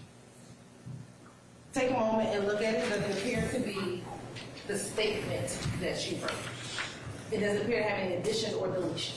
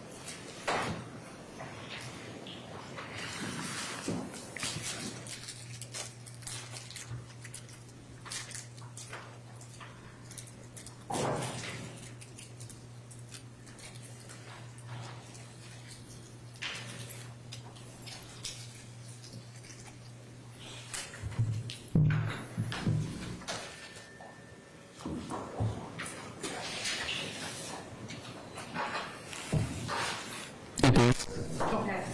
And did you write that at the time in which this occurred? Yes.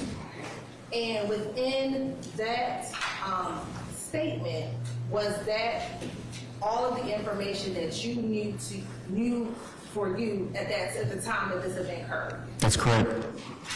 And do you remember verbatim everything that you said in that report today? No.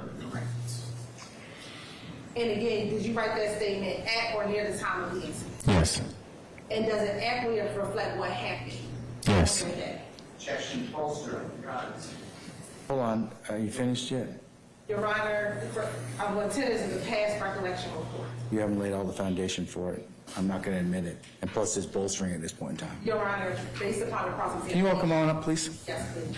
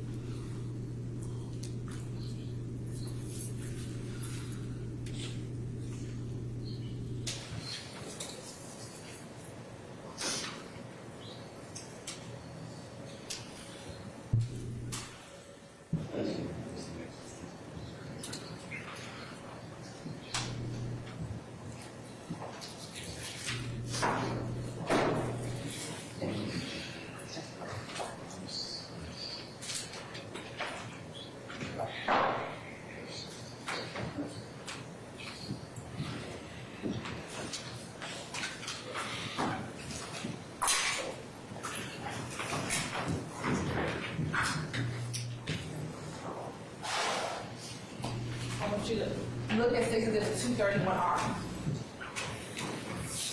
And when you look at 231R, you see where you wrote the threat that was communicated to you back in July of 2015. I do. Okay. And back in July 2015, what was the threat that you wrote inside of your written statement? I will come back up here and shoot you in the face. Nothing, that's what you told, that's what you wrote in your report back in 2015? Yes. All right. Now, why, when you saw this threat on social media, why didn't you call the police regarding the threat that you saw on social media after this occurred? Objection, Your self-serving.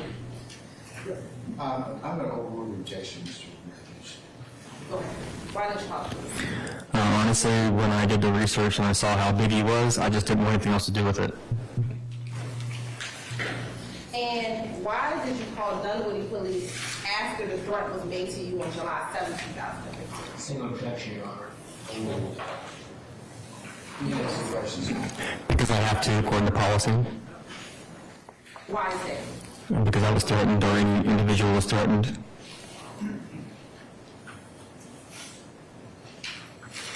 And when you received the threat, were you just trying to get them to leave the premises? Ask and answer.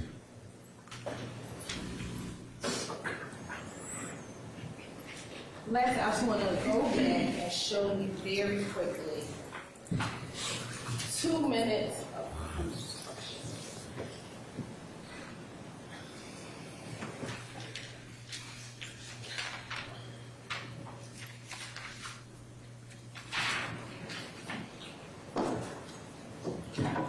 I'm showing you about 2 minutes and then 16 seconds within that video. Which one?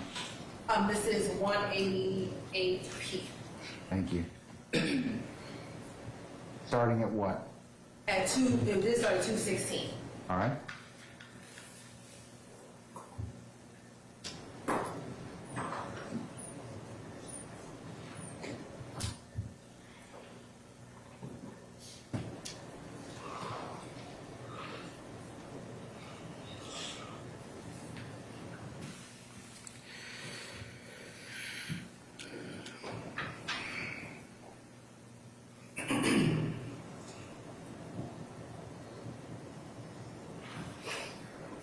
Now, Mr. Steele asked you about these group of individuals. We're going to keep watching. I want to ask you about a different group of individuals.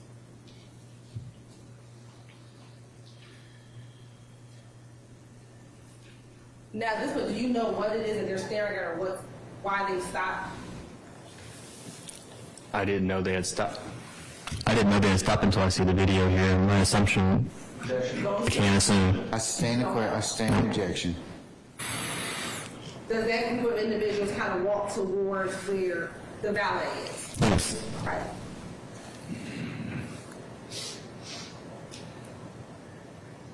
Do you see another individual walking towards the mall, still looking back at the direction that you're looking at? I do. What's the direction of the valet? Yes.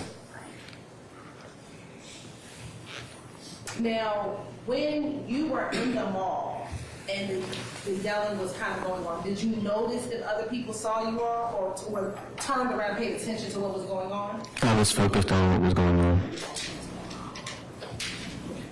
And while outside, were you focused on anyone else except for what was going on? No. All right. And I want to go back to 42 seconds within the video.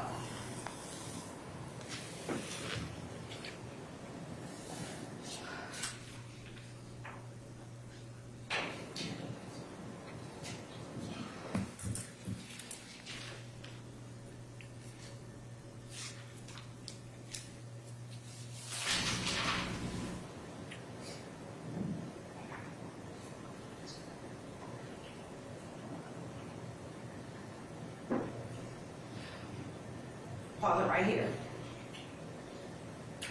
You can back up just slightly.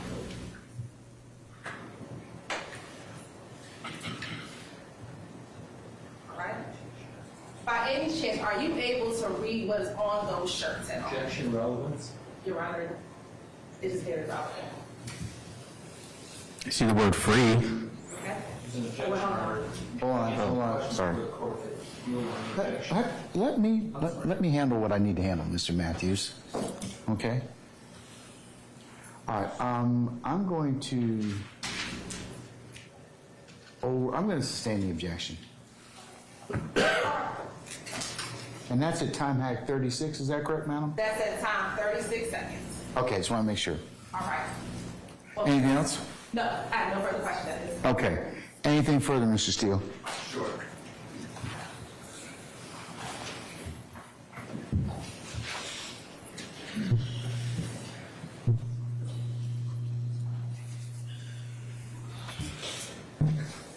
Do you remember that your written statement that the Honorable Prosecutor showed to you, I think it's in your hand, was the next day?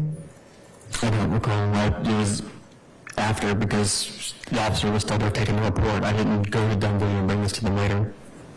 It was the next day being July 8th, 2015. Do you remember that? No. Okay. I want to ask you about, and just go back to a week later, 3 days later, whatever, the supposed threat that the man or woman showed you on their phone? Yes, sir. You're not saying in any way that Jeffery Williams had anything to do with that, are you? I'm not saying it was him, no. Okay. And then, did anyone come back to the mall? I don't remember. I didn't count on them again. I couldn't hear you. I don't remember count on them again. Thank you. Your Honor, thank you. Anybody else?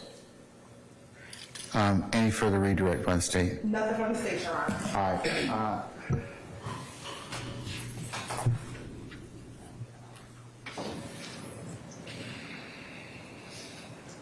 Counsels, at this time, may we excuse Officer May, permanently or temporarily? Permanently for the state, Your Honor. All right. Officer May, thank you for your patience with us. I'm going to go ahead and permanently excuse you as a witness. You're free to go about your usual duties and avocation. Just don't discuss your testimony with anybody except the attorneys in this case, okay?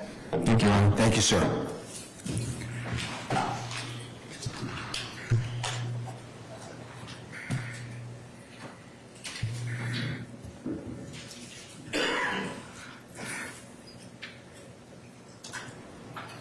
All right, ladies and gentlemen, the hour is almost 5 minutes of 6 on Friday.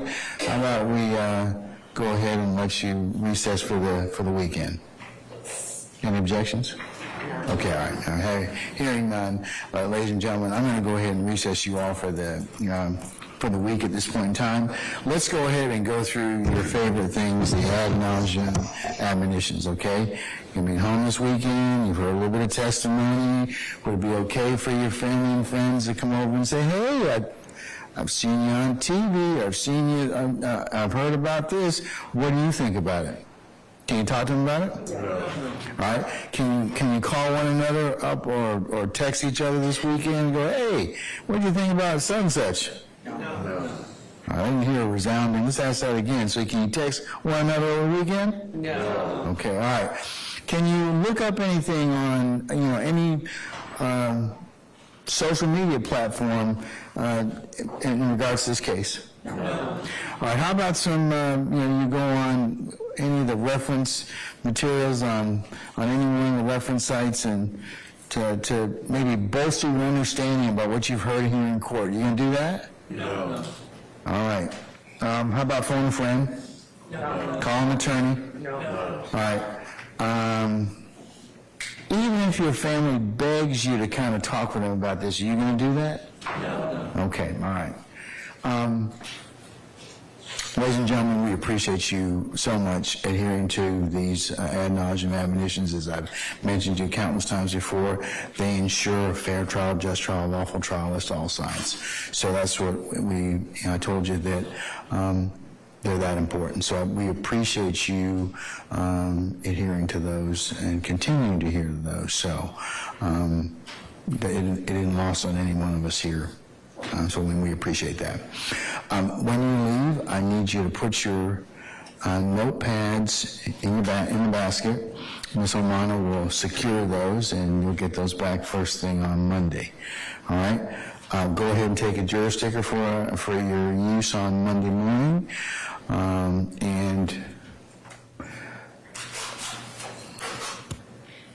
Is everybody okay with notepads so far? We need to give you any more? You good so far? Okay. How about writing utensils?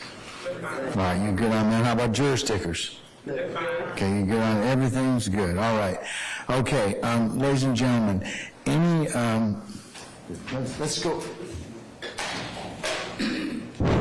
let's go ahead and talk a little bit about Monday, if you don't mind at this point in time. Monday is the 11th of December.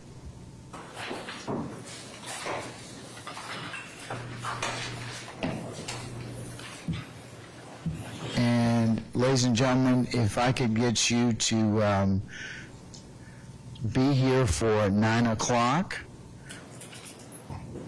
with an anticipated 9:30 start time, okay? So Monday morning, the 11th of December, this coming Monday, I'll need you all to be here for 9 o'clock. We'll start somewhere between 9 and 9:30 when all 17 of you are here, okay? All right. What ministerial questions, if any, do you have for me? Anyone? Okay, all right. Sure about that? Yes. Are you positive? Yes. Okay, going once, going twice. All right. Till the next time, if you have any other questions. Ladies and gentlemen, thank you as we conclude each time. Thank you for your patience that you've given us to this point in time, and the patience you'll continue to give us upon consideration of this matter. So, unless you have any other questions for me, ladies and gentlemen, enjoy your weekend. It's probably going to be a little bit wet, but still enjoy your time apart from us, and we'll see you on Monday morning for what time? 9. Okay, 9 o'clock. All right. And remember also, ladies and gentlemen, I want to just say one other thing. Remember, if anybody should reach out to you, try and communicate with you in any way, form, or fashion, I need to know about it immediately. So you can reach out to Deputy Ingram and let us know. But remember, I told you before, as I mentioned earlier, best to come off of any social media sites or anything such as that, because then there won't be the temptation or any new sites for you to do that. Okay? Apps, I should say. All right, unless you have anything else, ladies and gentlemen, we'll see you on Monday for 9 o'clock, okay? All right, all rise.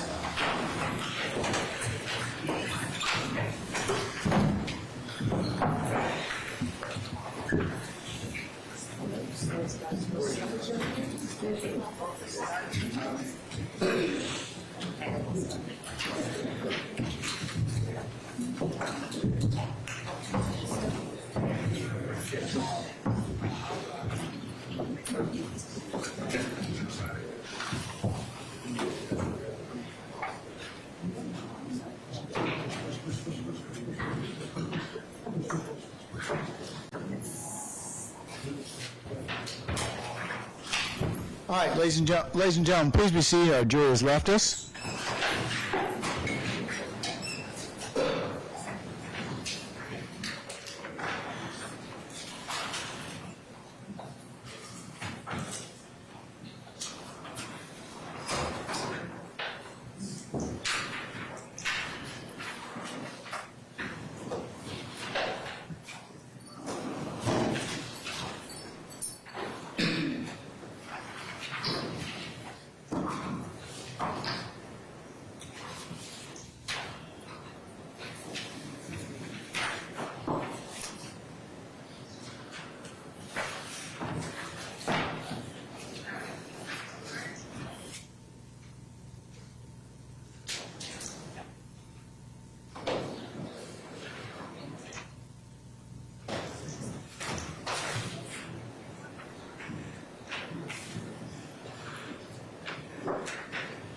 Okay,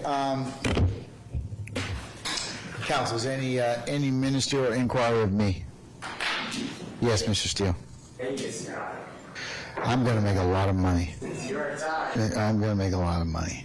The over and under is going to be great. I have two requests of the Assembly Court through as well as the prosecution. Assembly Court said yesterday when I asked to get our witness list this coming week, you said wait till today. Yes. So I believe that the state has updated their witness or proposed witness list. I saw an email to that effect. We currently have that, and we have that prepared and ready to provide. It is in tandem with what we did give the court and the defense attorneys earlier this week. We will provide the remaining with people that we intend to reach to defense counsel. Okay. All right. Right. So you know which witnesses you're calling for Monday? We do, and Your Honor, I do not want to state any of that publicly. I will give it to counsel for the defendants and to the court. All right. Okay. Mr. Steele, what's your second inquiry, sir? I believe Your Honor, the court also said by today our 741 witnesses becomes approximately 400. Yes, I did. I have some notes to that effect. So, Ms. Love and Ms. Hilton, have you all pared down that list? I know I mentioned to you that you said you were going to do that by this date. Yes, Your Honor. So what we have, I'll just point out that what we've been doing is giving to counsel for the defendants each week the acts that we have intended to prove. And for those acts, we had originally given them many more witnesses than we actually utilized. And we have gone through, and for the other acts, we've streamlined them as well. So we have a more concise list of people that we intend to call that we will provide to the defense today as well. Okay. All right. I'm just pointing out that as we've gone along, I believe it's apparent because we've told defendants that we are introducing and proving the case by act. And so to the extent that we have introduced evidence for particular acts and that those acts have been completed, we already can mark off people that were extraneous witnesses that we chose not to use. All right. We'll give them the remaining yes today. Have you all started working on have a seat, madam. Have you all started working on the witnesses that you wish to identify or interview between Monday, the 18th of December and the 29th of December? Your Honor, we provided an initial list primarily that had the professional witnesses on it. As it relates to the lay witnesses, some have been able to be interviewed. One was interviewed this morning, and we're solidifying the times for the lay witnesses. But I believe all but 4 professional witnesses were submitted already with the scheduling of when defense counsel can meet with them. We provided information, their phone number, their contact, so that they can set it up themselves. And the preferred dates and times that those individuals are available.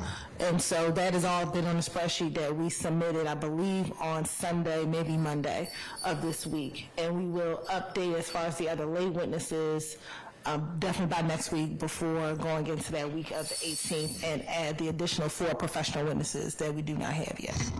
Okay, and the last question the court has is, by the 15th, will you identify the witnesses that you're planning on calling the first week of January 2024, starting on the 2nd? Yes, Your Honor. Through the 5th of January? Yes, Your Honor. That was another thing that we were planning to do anyway. We were going to include in that list of people that we will attempt to make available if the defendants wish to speak with them, those persons that we intend to call those first 2 weeks, so that during that time that the court has scheduled. You're talking about and I'm sorry to cut you off. You're talking about the 2nd through the 12th? Yes. Of January 2024? Yes, the first 2 weeks, so that we can schedule them to speak to the defense if they wish to as well. And then as well, you all will have the 16th through the 19th to conduct any further examinations of witnesses consistent with what I told the jurors, because that will be a down week for them as well. Yes, Your Honor. We will give that to them. Mr. Adams? Judge, maybe I didn't understand the prosecutor's answer. maybe she didn't understand what we referenced earlier this week. I don't think she's here. The question we asked earlier this week is that we started with a proposed list of 737 or something like that. And the state had indicated they'd pare that down to 400. What Mr. Steele asked, and what they said they would provide by this Friday, put in a list of 400. Let us know those 300 will not be called. And so what they said the other day is that by this Friday, they'll know, and they'll let us know, you know, and that's separate and apart from them giving us an update weekly of what's coming. But who are the 400 or who are the 300 that won't be on this? Same question. That's what was asked the other day. That's what I haven't heard enough. I understand now what Mr. Adams is asking, Your Honor. Yes, and ma'am. I was actually speaking beyond that 400. So we were actually trying to pare down further, but we can certainly give him the 400 that we have, the 300 that we've excluded. Anybody, any witnesses you excluded or otherwise are not going to call, would, if you could provide that, are you going to do that today, madam? Because that was when it was due. Yes, Judge, that's Okay. what we're All right. and to be clear, we'll give them the ones that we are, the 400 we intend to call, and then they can see that, you know, which ones on that 700 are not included on those 400. Okay. All right. Anyone else? Okay, another bit of housekeeping. Has the state tendered an order on Detective Belknap? That was due on the 4th. I believe that we did. I believe that we did, but I will make certain. Mr. Kearns? I'm pretty sure that we did.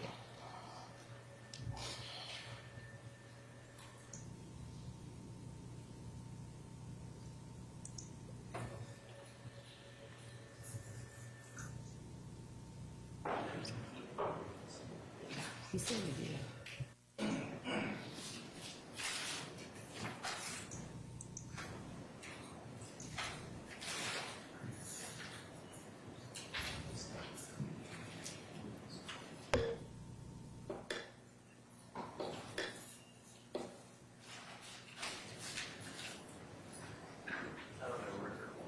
We don't have a record, Mr. Kearns tells me.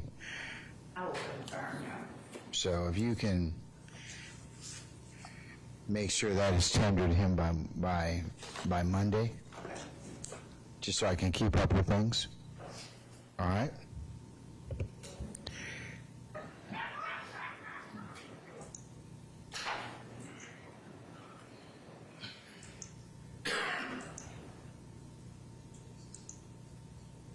All right.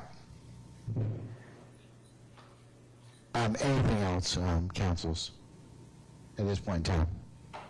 Okay, all right. Well, listen, if there's nothing else, before you leave, if you would please come up and give your listening devices to Mr. Kearns so we can get them charged, and they'll be ready for us on Monday morning.